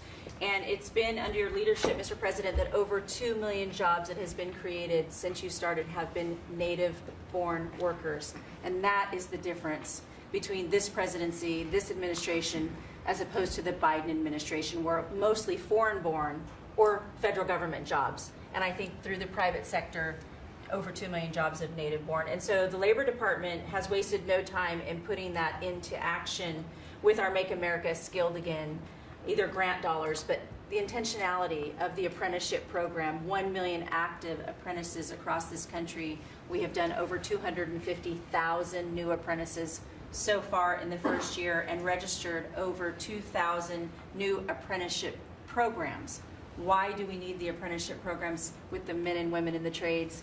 Because of the leadership of onshoring and reshoring, and have a lot of these companies reinvest in America. We have to build this country. We cannot do that without the tradesmen and women and the craftsmen of this country. And I think that, Howard and I, we talked about that from the beginning, and we're going to have to lean in on that because we need the labor force, 700,000 new skilled jobs with electricians, construction workers, machinists, and so forth. And as I traveled with the vice president as well, we see that on the manufacturing floors of this country, they're in desperate need.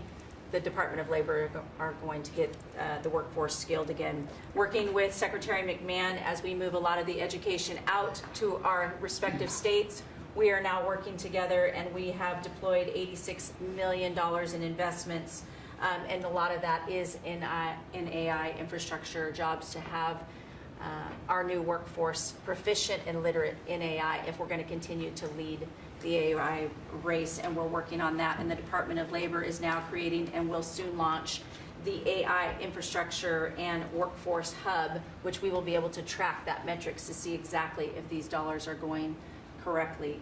Integrating education and workforce with, obviously, Administrator Loeffler and I are on the road a lot together because we're talking about Main Street as well as a lot of the manufacturing jobs and how we're being an ally to our businesses as opposed to an adversary. For far too long under the Biden administration, we were adversaries to our business owners, and we want to give them a leg up always and make sure that we're paying attention. And we want our workforce to be educated. We do not need the numbers that we have seen across this country where our 4th through 8th graders cannot read, write, or do any math, and they are our future workforce. We have to depend on the American worker first. Also, lowering healthcare costs in line with the executive order. I'm working with Treasury and HHS, and rulemaking is underway to expand healthcare transparency and make pricing more affordable for our employers who offer these to their employees. Promoting retirement security. The department rescinded the Biden administration's guidance that restricted the use of crypto in the retirement investments, and we're seeing more and more of that. Where we also rescinded the supplemental statement that discouraged the fiduciaries from considering the alternative assets for 401ks, and that will also come through the Department of Labor, that rulemaking. Ending abuse of cheap foreign labor at the expense of the American worker. We launched over 200 investigations into companies who will have abused and or fraudulently against the American worker. So Project Firewall was released. Thank you, Mr. President. We want the trained workforce, but we will root out the fraud and abuse, and we'll protect the American worker first.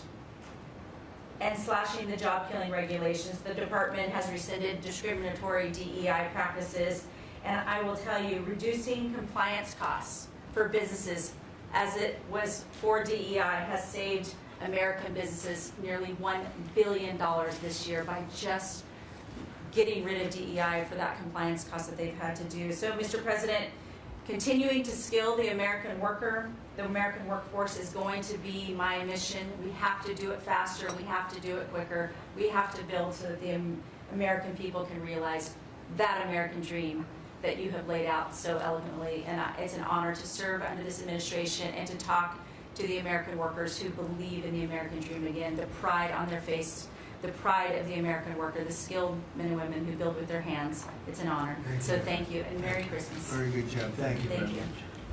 Chris?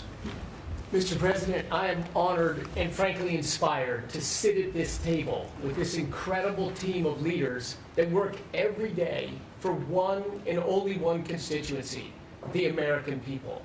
Not this group or that group, the American people. The price of energy is very much on the mind of Americans.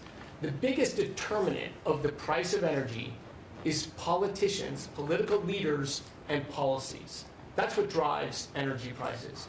Under your leadership, what we've seen in the United States is just a steady drop in the price of gasoline, a huge consumer cost for Americans. As you mentioned early on, well below $3 a gallon right now and trending downwards. There are a number of stations in the heartland of America with $1.99 signs flying today. That's simply impossible without the leadership and changes you've brought. Now, of course, you can go to California, where the average price of gasoline is between $4.50 and $5 a gallon today in California. That's just bad political leaders there and bad policies in California. And taxes. And taxes. Taxes they charge on gasoline are just insane. Terrible. And electricity prices is a very parallel story, but it's a bigger moving ship, so the changes are a little bit slower. But Americans are outraged at roughly 30% rise in the average price of electricity across this country. But everything we are doing together is going to reverse that. Not just stop the rises, but start a downward trajectory in electricity prices. And I can say that with confidence, not because we think these policies will work. We know these policies will work, and I'll get to that in a second. We're going to stop closing power plants. We've already done that, of course. Stop closing the coal power plants and natural gas plants that were shut down. We've got over 30 gigawatts of generators just sitting there today, not allowed to run. Well, of course, we're fixing that immediately. We're going to bring on from our existing grid tens of gigawatts more capacity that'll drive down the cost of electricity. But if we look at the last 5 years to see what works and what doesn't work, the most Trump-aligned policies in the electricity sector were by, no surprise, one of your cabinet members, Secretary Burgum, for 8 years governor of North Dakota. Over the last 5 years, production and demand for electricity in North Dakota grew 35%. Think what data center boom's going to do, and what happened? Electricity prices went down. Didn't rise slowly, they actually went down those 5 years. That's the answer. Trump-aligned energy policies increased demand for electricity. Nebraska and Texas, more Trump-aligned states, had significant growth in demand for electricity. They had electricity price rises, but well below the price of inflation. Unfortunately, Biden brought all of us a lot of inflation. If you look at the other end of the spectrum, California, New York, Massachusetts, Connecticut, Maryland, I could go on. What happened in those states? Policies and politicians that force the building of unreliable electricity generation, which requires new infrastructure and transmission lines. And what happened?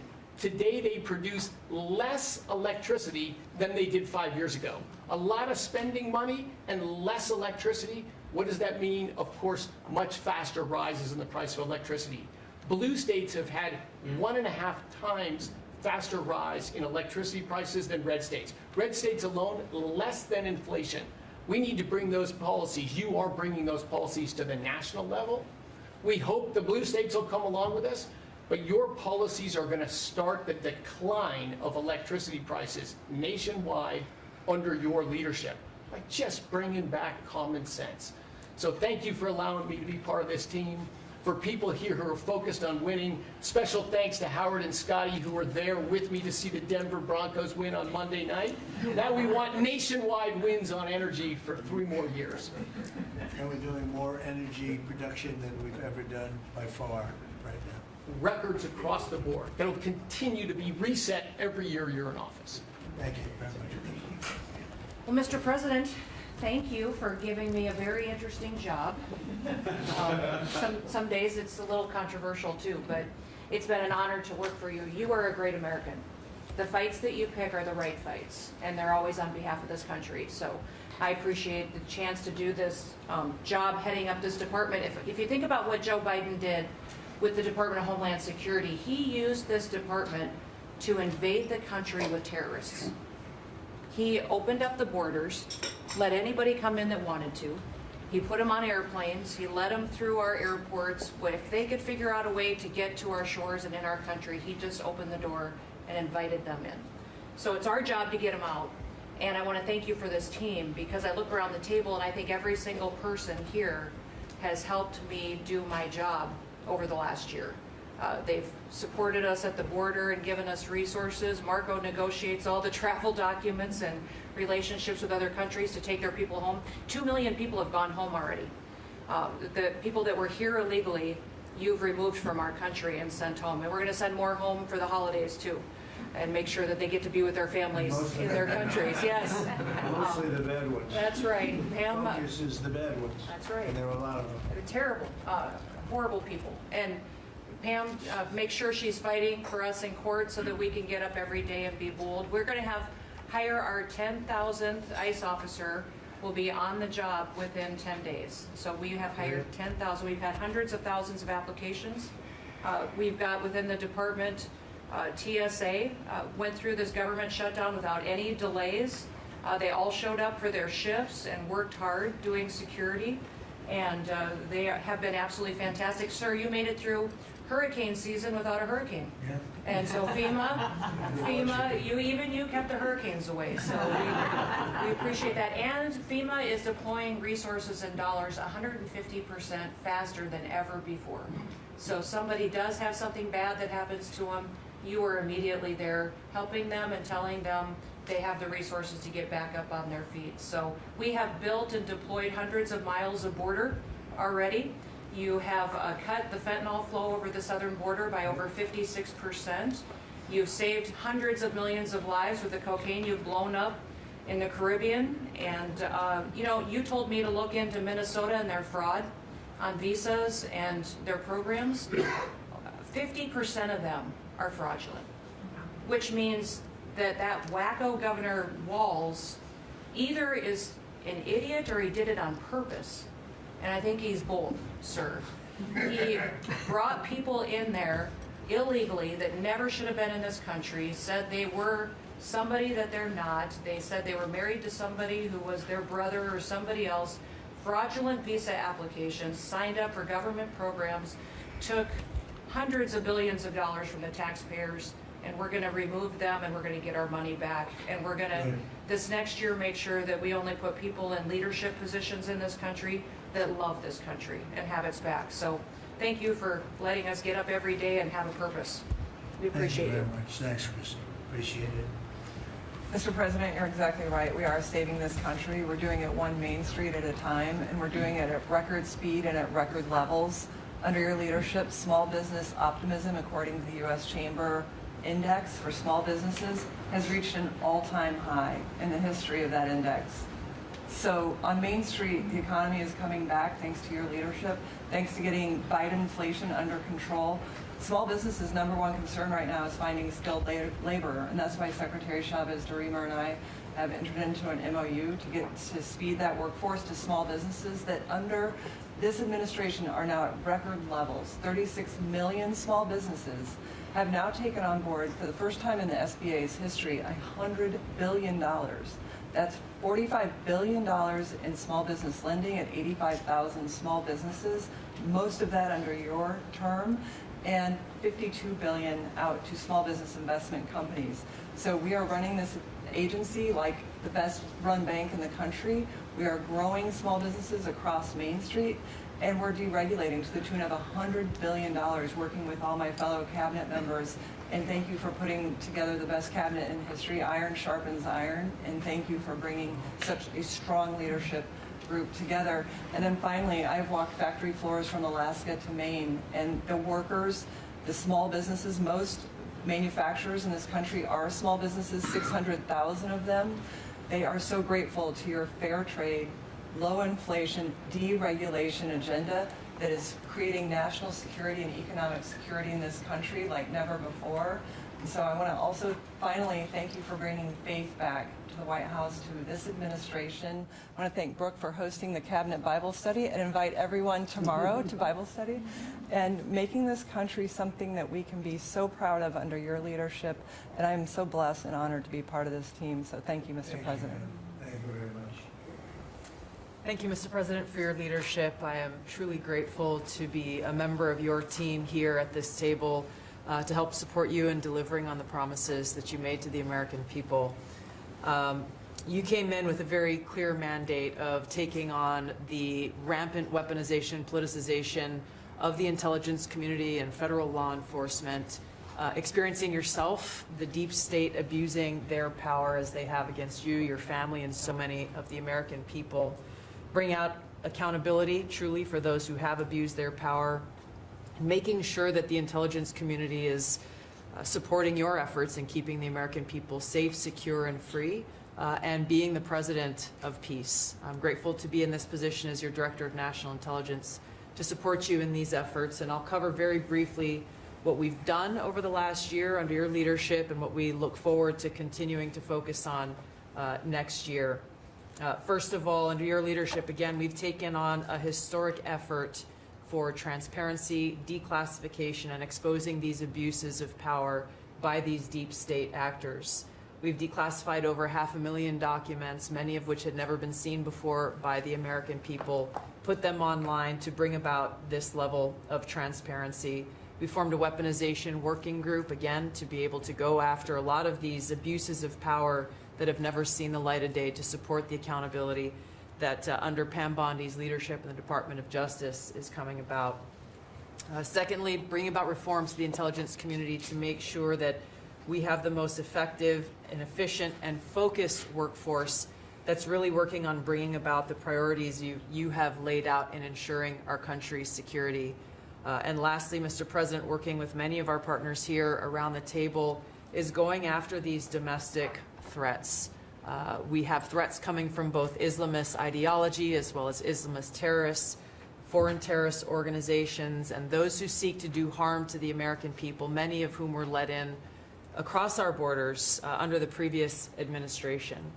We are focused on these tasks and this imperative for the American people, and just appreciate your leadership, Mr. President, in empowering us to be able to conduct this service. Merry Christmas. Thank you very much. Thank you. Merry Christmas. Is it Merry Christmas? Say it loud and clear.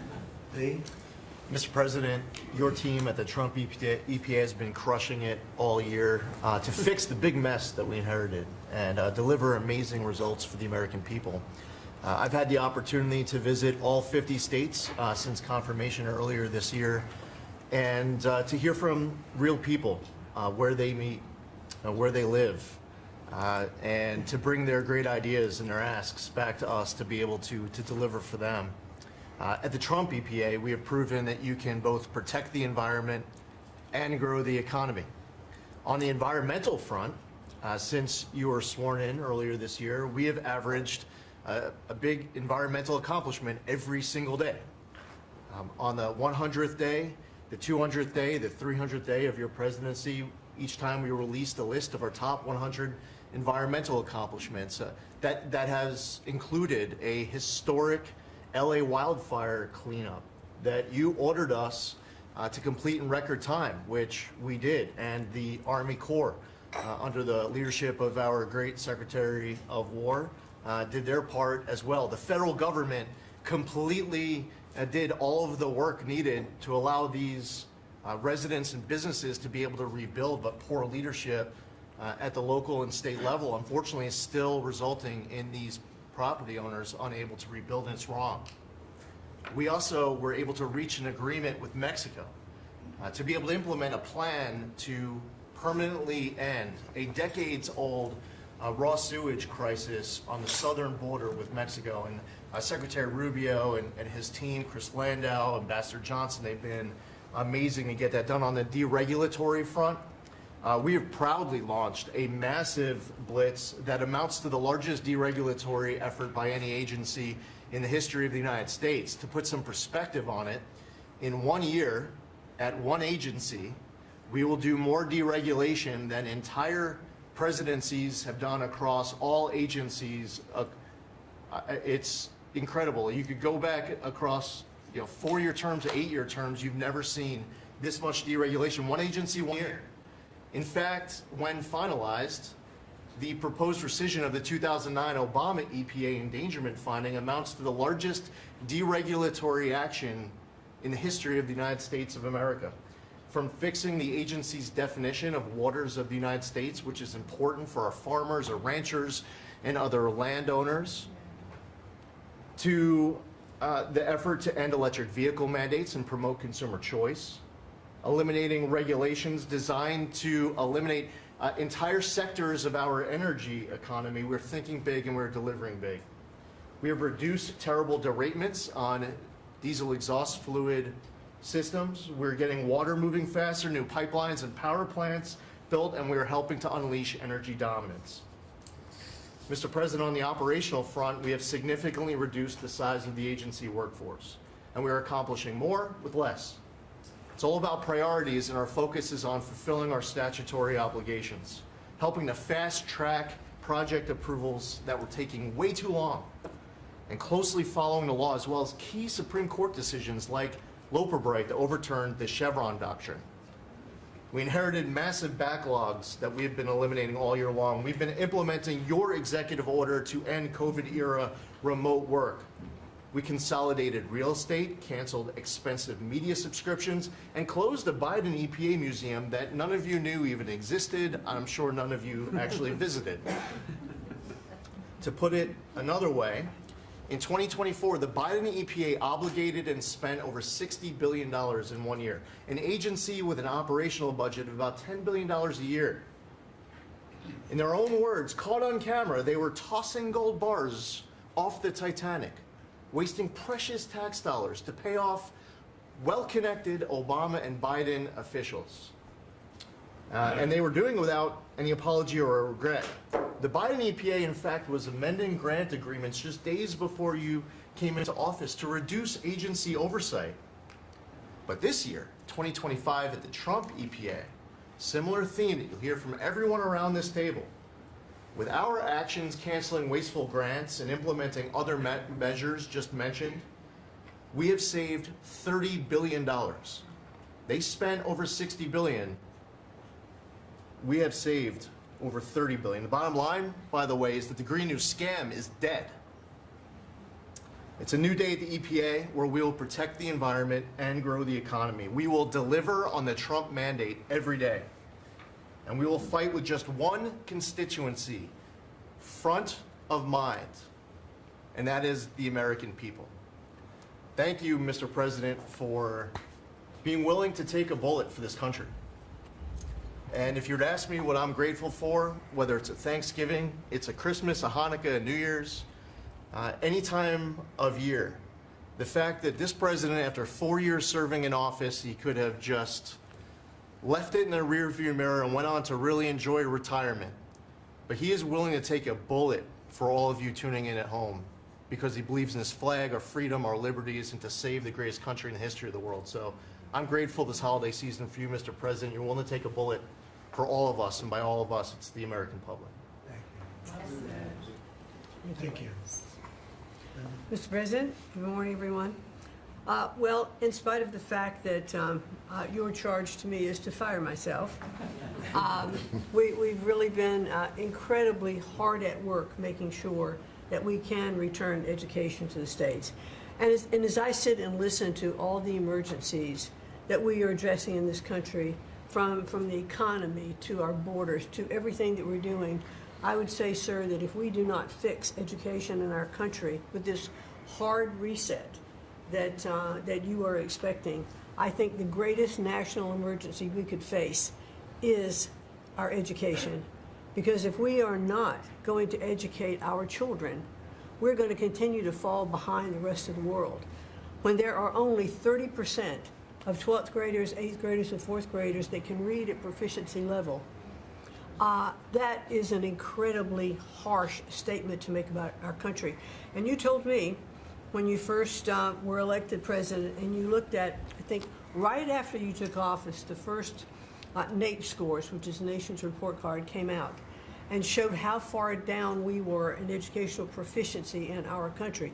And not only the NAEP scores, but the international scores as well, showed us about a third from the bottom.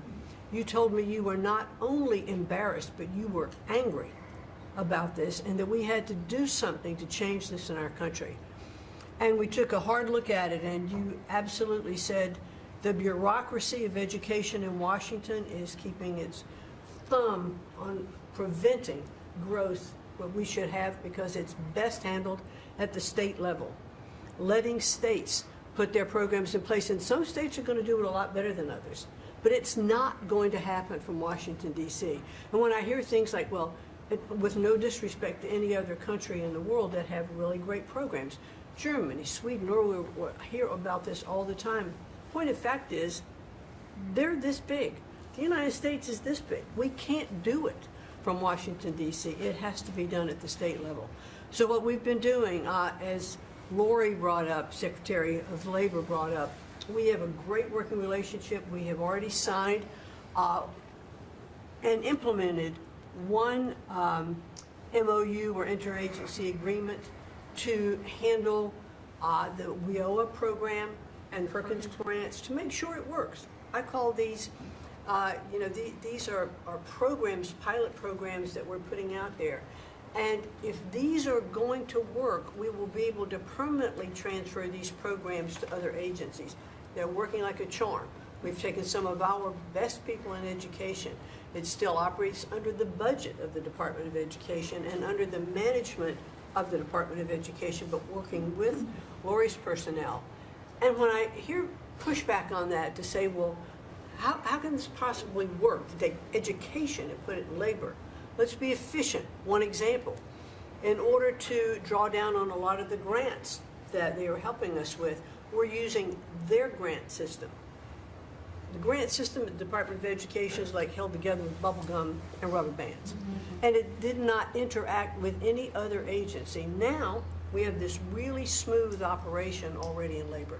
So that has prompted us to sign also other interagency agreements, 2 more with labor, 1 with HHS, 1 with the Department of State, and we'll be moving other programs, but these are proof of concept. Let's make sure they're working and working smoothly before we ask Congress to codify these permanent moves.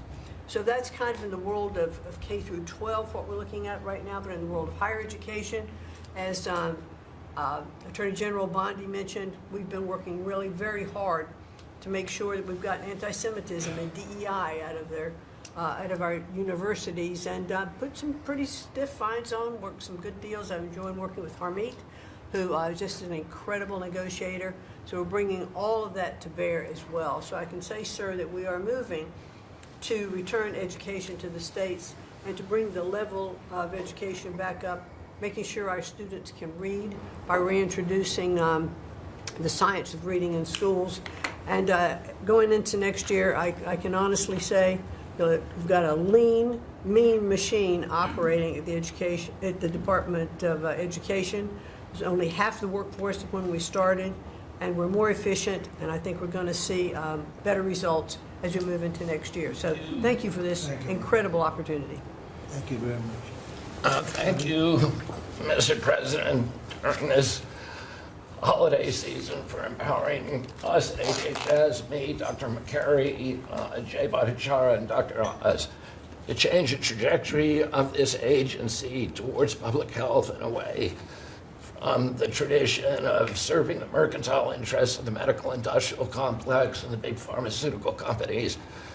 2 weeks ago, we ended, under your leadership, a 20-year war on women by removing the black box warnings from hormone replacement therapy. The medical cartel was telling women that hormone replacement therapy during menopause was dangerous for them. In fact, here's what the science said.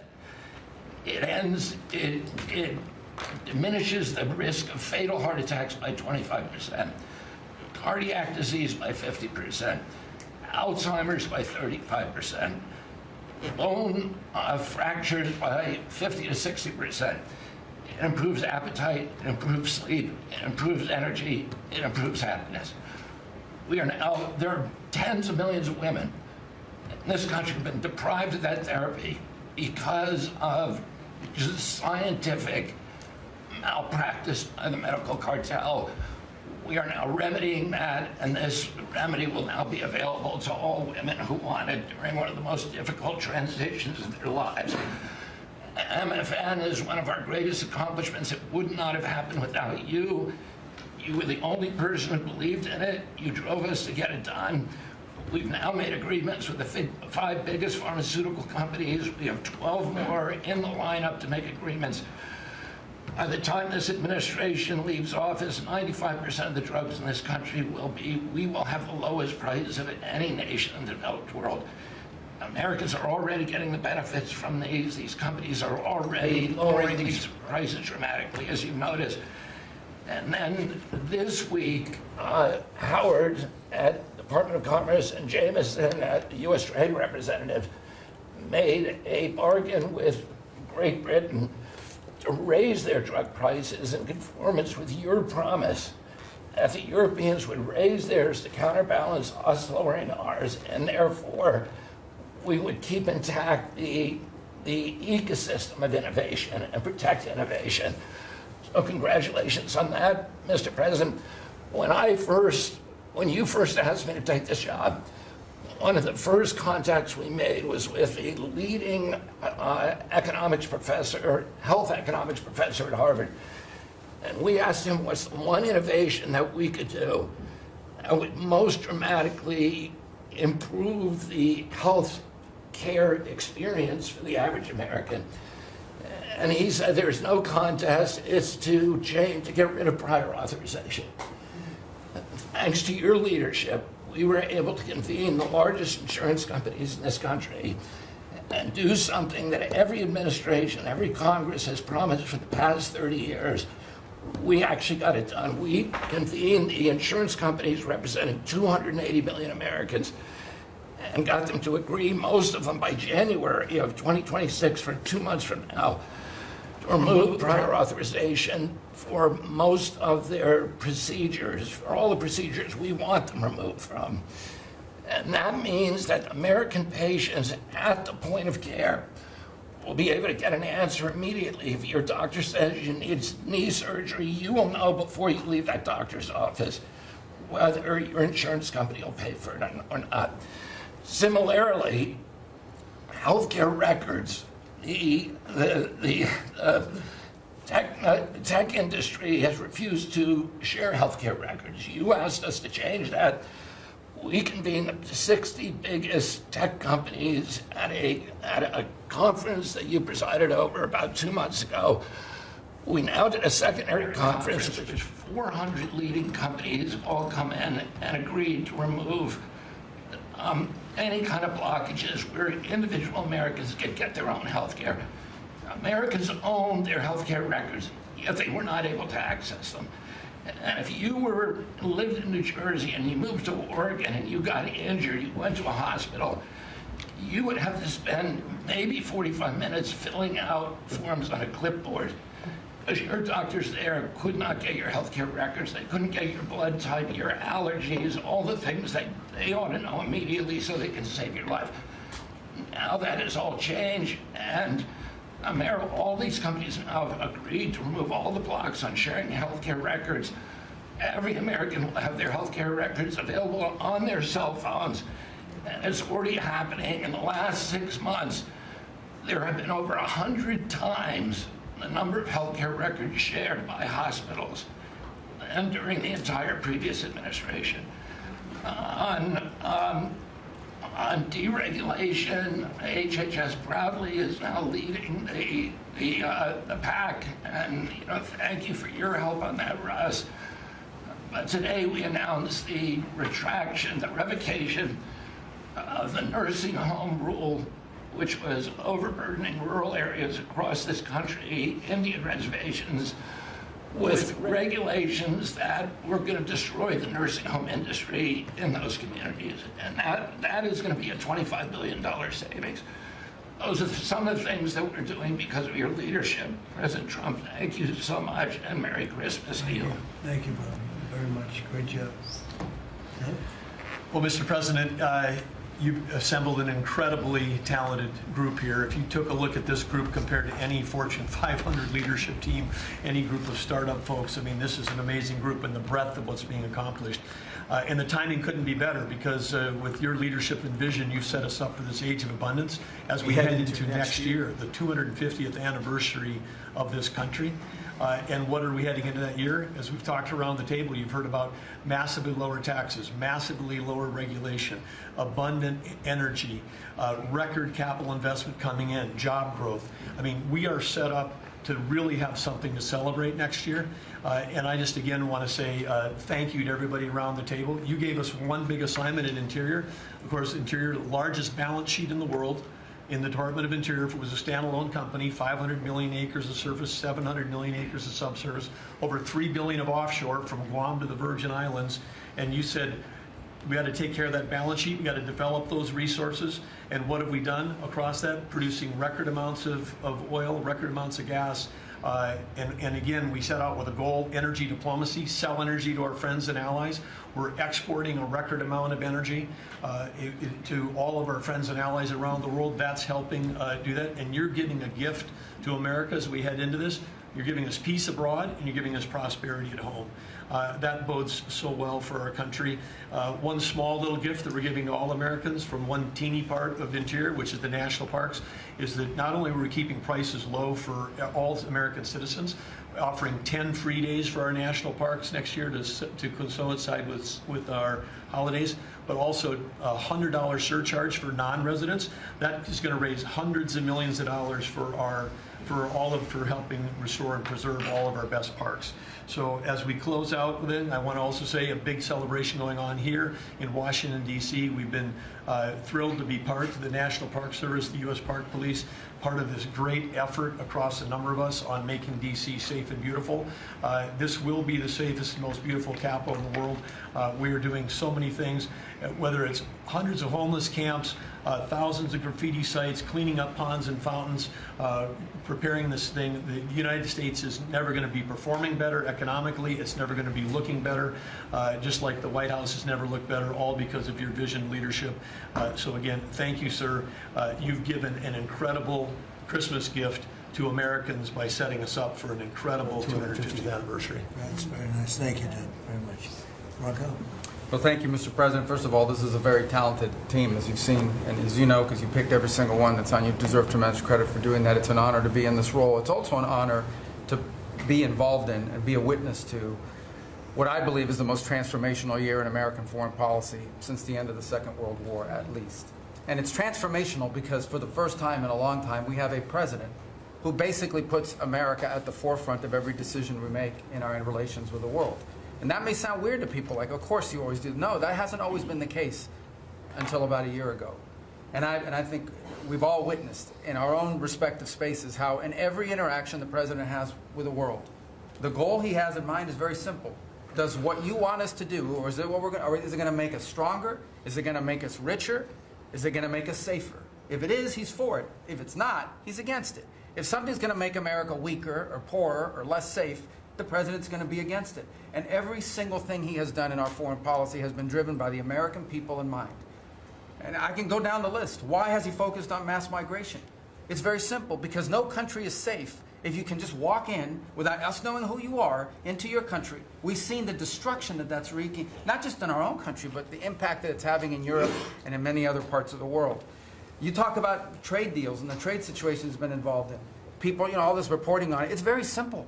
The president views the last 40 years as an era of which American workers and American farmers have been ripped off. They've been ripped off, and what he's saying is we want to have trade with the world, but it has to be a trade in which American businesses and American workers and the products they make and what American farmers grow and produce has a fair shot to be sold around the world. On issue after issue, that's been the case. You talk about foreign aid reforms. This is not our money. This is taxpayer money. When the president has said we're going to do foreign aid, but we're going to do foreign aid for countries that are aligned with the United States and in a way that doesn't waste the taxpayers' money. Mr. President, you deserve tremendous credit for that. Many of us, the Vice President, by the way, I want to acknowledge, has played an extraordinary role in our foreign policy, and he too has been a witness to all of this as it's been occurring, and he's been a big part of it as well. You talk about NATO. The president's not against NATO. He went to NATO and basically said, look, you guys, we're paying all the money, and he got them to do the 5% commitment, which everybody said was never going to happen. It was impossible. Everything this president does is driven by the American people. Whether you don't have to agree with the actual move, but understand the motivation. The motivation is always you, the American people, and what's good for you, for your family, for the country, and for our economy. But the president is also committed to peace in a way that all of us have seen. He achieved in Gaza, and he does it, by the way, not just because he hates war and he thinks wars are a waste of money and lives, but because he's the only leader in the world that can. No other leader in the world could have pulled off what happened in Gaza. And I can tell you, I can't get into the details. The Vice President knows what I'm talking about. That deal doesn't happen without the President's direct interaction with the leaders that were involved in this decision making. And everyone said that deal couldn't hold. And then the President shepherded through the United Nations of all places to get a global coalition of countries to line up behind the peace deal, behind the border peace. And it's still, every day is a challenge. But it's been driven personally by the President. It's the reason why we're involved in this whole Ukraine-Russia conflict. That's not our war. It's not the President's war. This war started, it never would have happened if you'd been President. But this war is going on, and the President is trying to end it, not because, listen, we got a million things to focus on in the world as a country, but he's the only leader in the world that can help end it. And that's why even as we speak to you now, Steve Witkoff is in Moscow trying to find a way to end this war, to save lives of 9,000 people, Mr. President, as you well know, are dying every week. More people are dying a week in that war than have died in the entirety of the U.S.'s involvement in Afghanistan and Iraq. Just think about that, how bloody and destructive it is. The President's taken on this issue of Sudan personally, not send out deputies to do it. Again, far away from the United States, because he's the only leader in the world that can bring it about to an end, not to mention all the other peace deals, very dangerous ones like India and Pakistan, or Cambodia and Thailand. And so on all these things, Mr. President, I think you deserve tremendous credit for the transformational aspect of our foreign policy. For the first time in probably 4 decades, the American foreign policy is driven by what is good for America and Americans. Whether it makes us safer and stronger and more prosperous. If it is, he's for it. If it doesn't, he's against it. And that sort of clarity is transformational. I close with this, and I know I'm last, so I wanted to be fast, but there was a lot to cover. I do want to say this is the most wonderful and magical time of the year. By that, of course, I'm referring to the college football playoffs. And I just want to say this as a point of personal privilege. And I'm a Florida Gator, but if the University of Miami gets screwed out of the college football playoffs after going 10-2 and beating Notre Dame, the whole thing should be scrapped, and you're going to have to take over next year. Well, thank you all very much. It's terrific. I hope it wasn't too long, but it was very concise, and we've done a lot.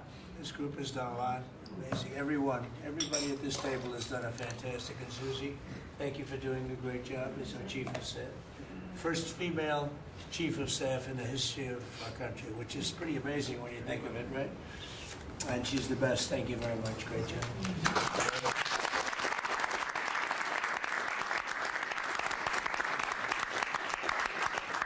So after that, do you want to ask any questions? Mr. President, there's been a lot of speculation about who the next Fed chairman could possibly be. You said you have somebody in mind. Yeah. How many names were you given on the final list? And does that person currently work on the board at Federal Reserve? Well, I'd say that we probably looked at 10. And Scott interviewed some people that I didn't know, but he knew. And a lot of people were involved in the process, actually. And Howard was involved. But I think we probably looked at 10, and we have it down to 1. Can you answer that? I want to ask you about Elon Musk, if I could. You talked about Elon Musk. You had him in dinner here in the White House. Is he now back in your circle of friends? Well, I really don't know. I mean, I like Elon a lot. He was a very, he really helped during the election with his endorsement. He felt strongly. But we had one problem. You know, I didn't want to have everybody have to have an electric car. And he makes electric cars. And yeah, I think we get along well. No, Mr. President, thank you for Mr. President. Thank you. Finish up. One more. Yeah, when you talk about affordability, is going forward, are the American people, do you believe, getting impatient with the reforms that you're making? They've talked about it's about. No, I think they're getting fake news from guys like you. Look, affordability is a hoax that was started by Democrats who caused the problem of pricing, and they didn't end it. Look, they lost in a landslide. We won every swing state. We won the popular vote. We won everything. You take a look at districts. It was 2,750 to 525, because that was an affordability problem. We brought it down. Look at energy. Look at the gasoline price. It's like the simplest, and it's the biggest, because if energy comes down, everything comes down. That's the way it works. We're going to be at 250. You said 199 in some places in the country, right? You said it. I didn't say it. And they won't check you. They'll check me. So, I'd like to use your number. 199 a gallon. Unthinkable. If you go back a year and a half ago, it's unthinkable. So, no, we're bringing the prices down, way down. Beef is coming down now. We've done certain magic, and beef is coming down. But we inherited horrible prices. We inherited really the worst inflation in history. We inherited that. When I came in, that's what he had. And we fixed inflation. And we fixed almost everything, if you want to know the truth, including 8 wars. We got 1 to go, but including 8 wars. But when they always say, I watched today where they have a race going on right now, Tennessee. And this woman goes, affordability, affordability. They're the ones that caused the problem. The prices were way high. We're bringing the prices down. But they're like scam artists. You know, they're I call them con men and women.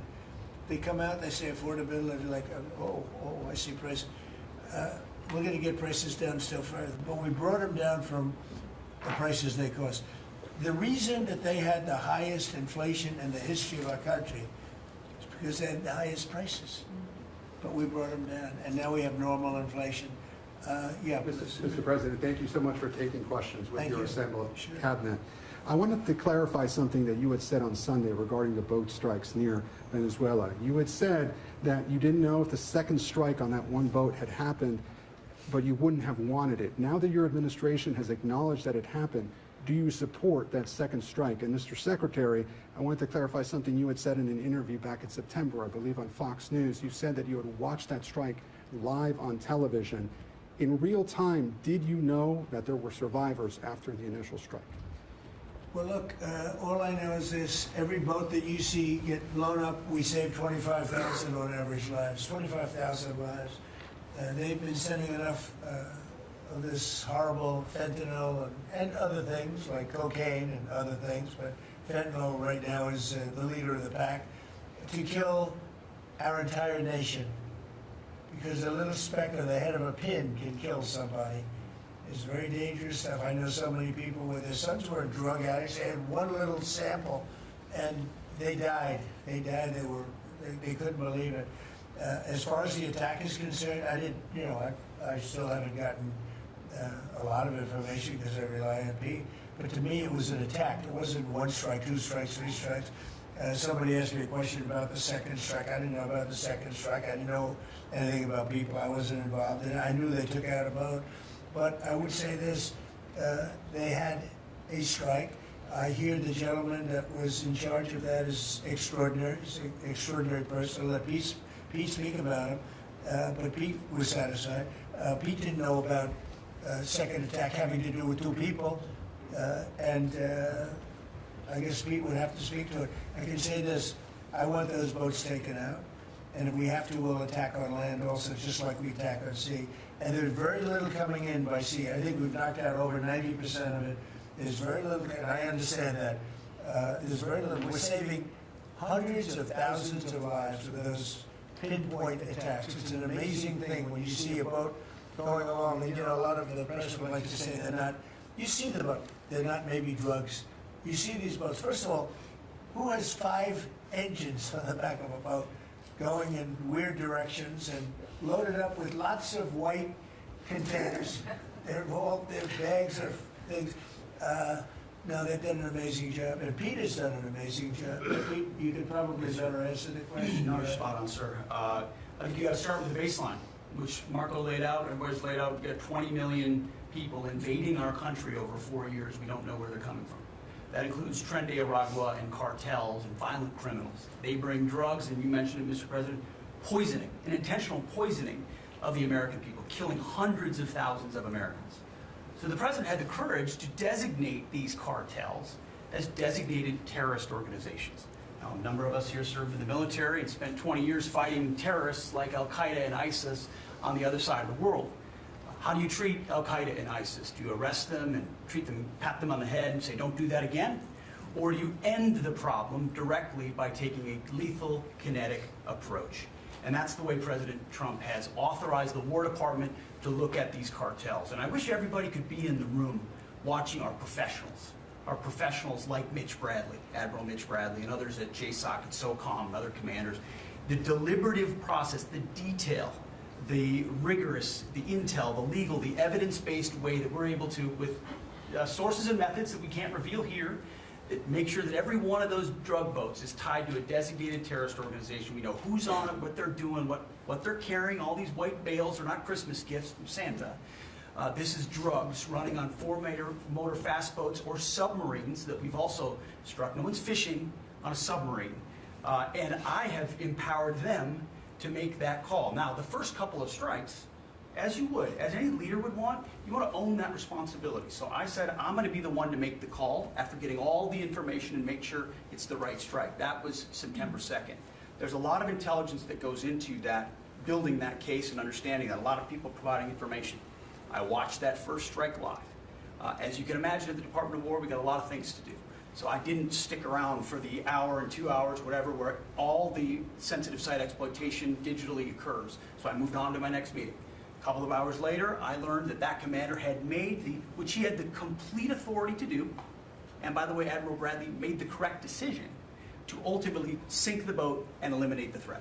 He sunk the boat, and eliminated the threat. And it was the right call. We have his back, and the American people are safer because narco-terrorists know you can't bring drugs through the water and eventually on land if necessary to the American people. We will eliminate that threat, and we're proud to do it. So you didn't see any survivors, to be clear, after that first strike? You personally? I did not personally see survivors, but I stand, because the thing was on fire. Right. It was exploded in fire or smoke. You can't see anything. You got digital.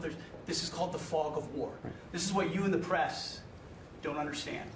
You sit in your air-conditioned offices or up on Capitol Hill and you nitpick and you plant fake stories in the Washington Post about kill everybody, phrases on anonymous sources not based in anything, not based in any truth at all. And then you want to throw out really irresponsible terms about American heroes, about the judgment that they made. I wrote a whole book on this topic because of what politicians and the press does to warfighters. President Trump has empowered commanders to do what is necessary, which is dark and difficult things in the dead of night on behalf of the American people. We support them, and we will stop the poisoning of the American people. And Mr. Secretary, on the second strike, you said it happened more than an hour after the first. Did I hear you correctly? I couldn't tell you the exact amount of time. Minutes, or you had left the room, is what you're saying?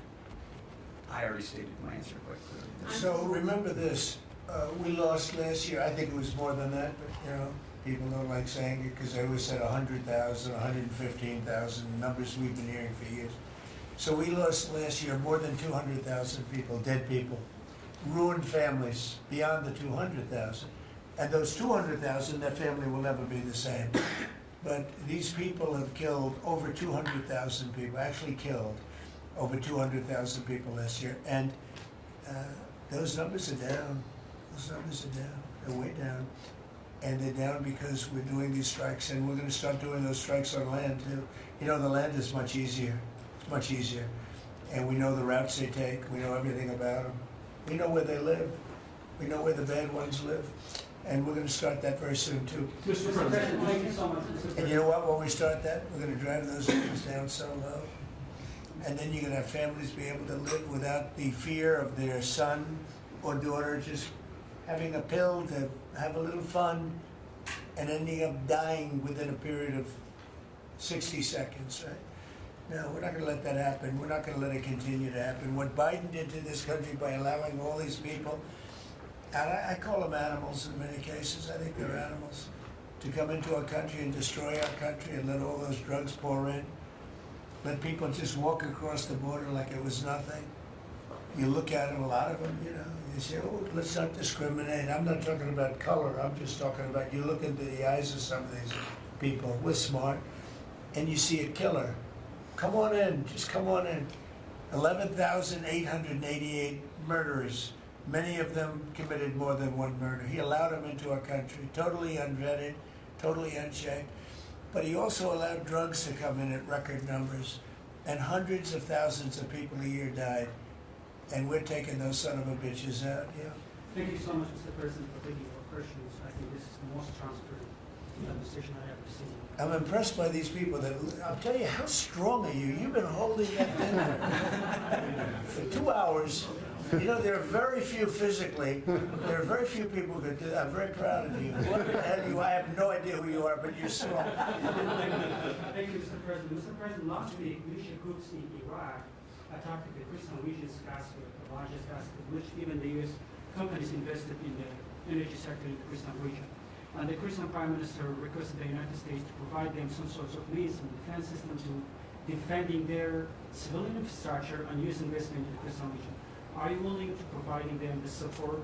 And about this question, tomorrow the United States is going to open and integrate. Can you speak louder? Yeah, of course. Is that possible? You're the most gentle, beautiful voice, but you're a very gentle person. Go ahead. Just take fewer words and louder. Yeah, sure. I wanted my first question. Last week, the Iraqi militia groups attacked one of the largest gas fields in the Kurdistan region of Iraq, which even the U.S. companies have invested in these gas fields. Yeah. And then, Are you from Iraq? I'm from Kurdistan, Iraqi Kurdistan. Okay. Yeah. I'm working for William Network. And the Kurdistan region prime minister, he requested the United States providing them some sorts of defense system to defending these gas fields and use investment in the Kurdistan region. Are you willing to helping them? Well, we're going to look at it. I heard about it, and I'm hearing about it more now, frankly. It wasn't at the top of my list.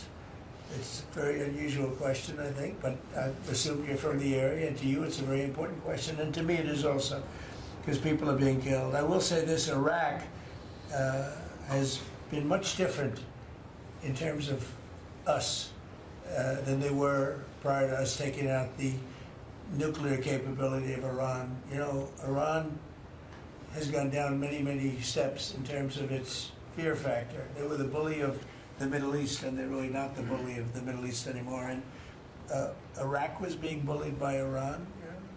We had a president that thought it was brilliant to blow them up, and they blew them up, and all of a sudden, instead of having a power that was basically equal to Iran, they had Iran ruling the Middle East for a long period of time.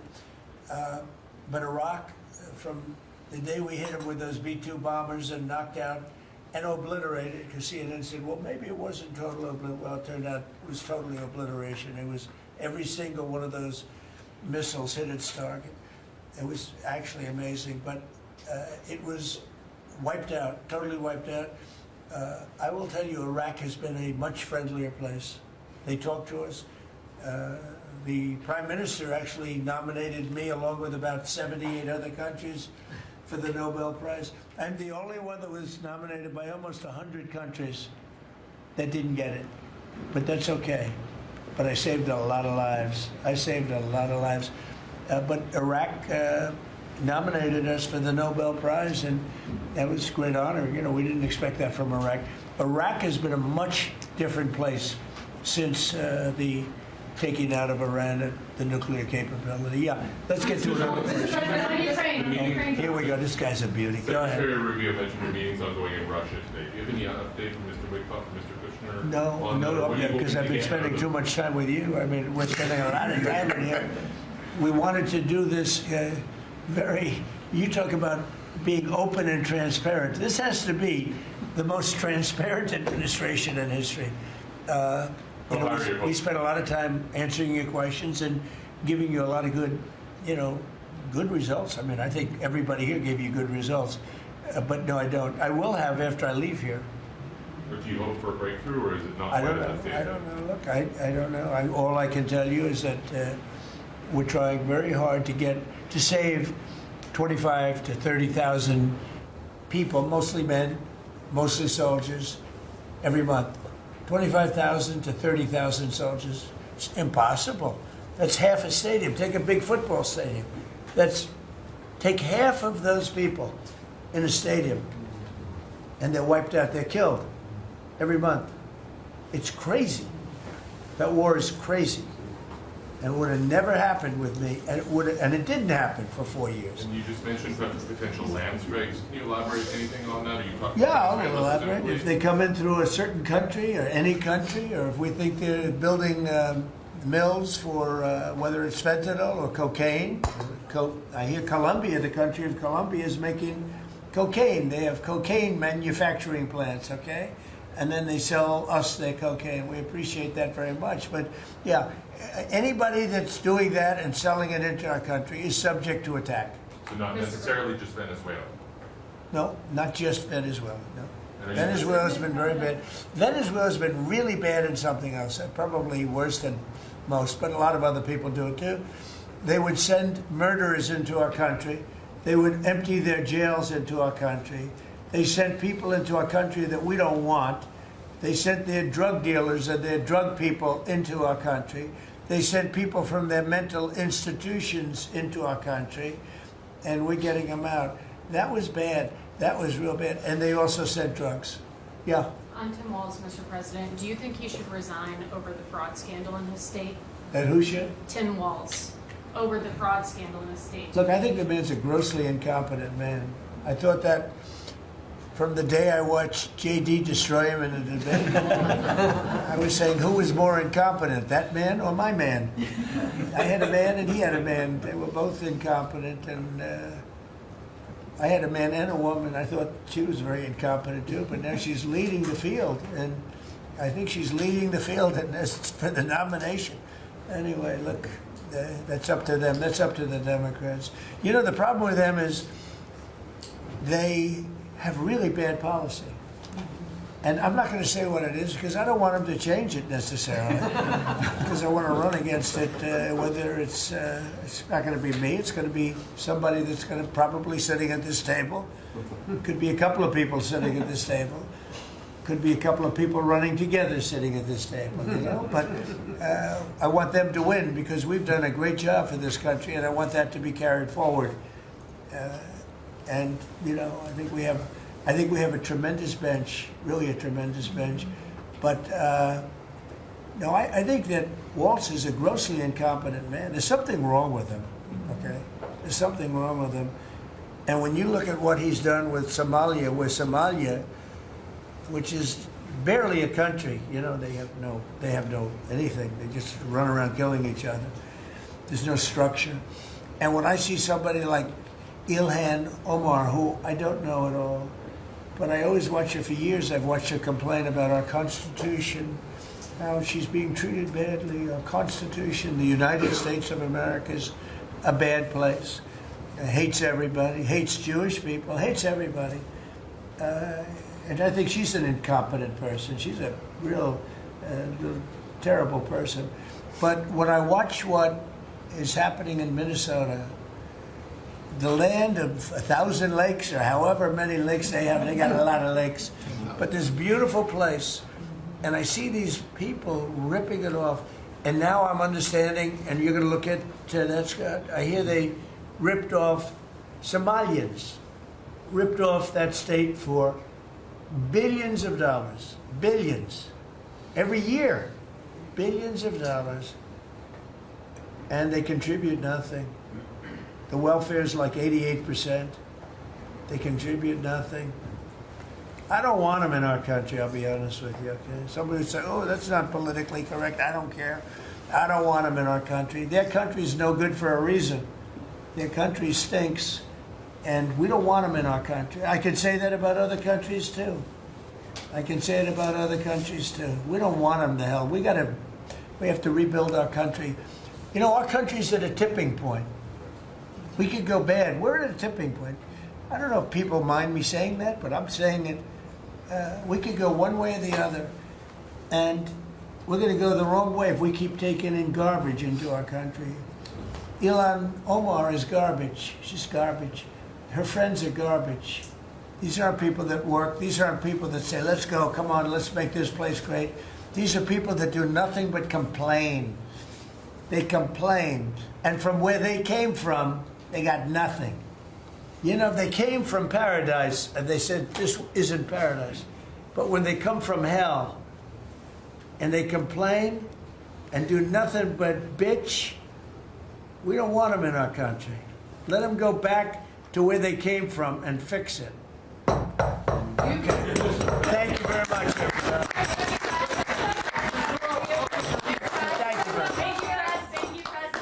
Mr. President, has Maduro offered to leave?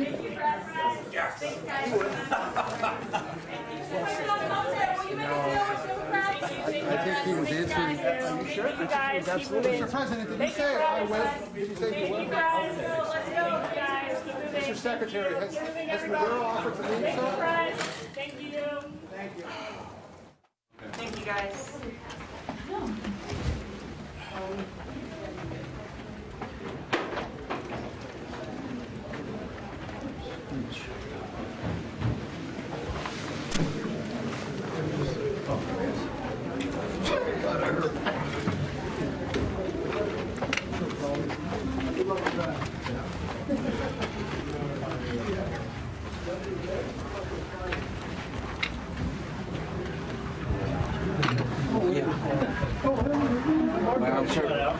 My arms are started to cave and I had to shift up. Pictures you took of Mark getting his shout out.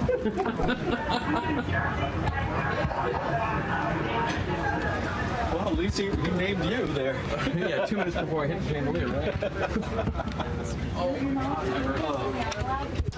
That's pretty sorry that I asked you a couple times. I'm just used to doing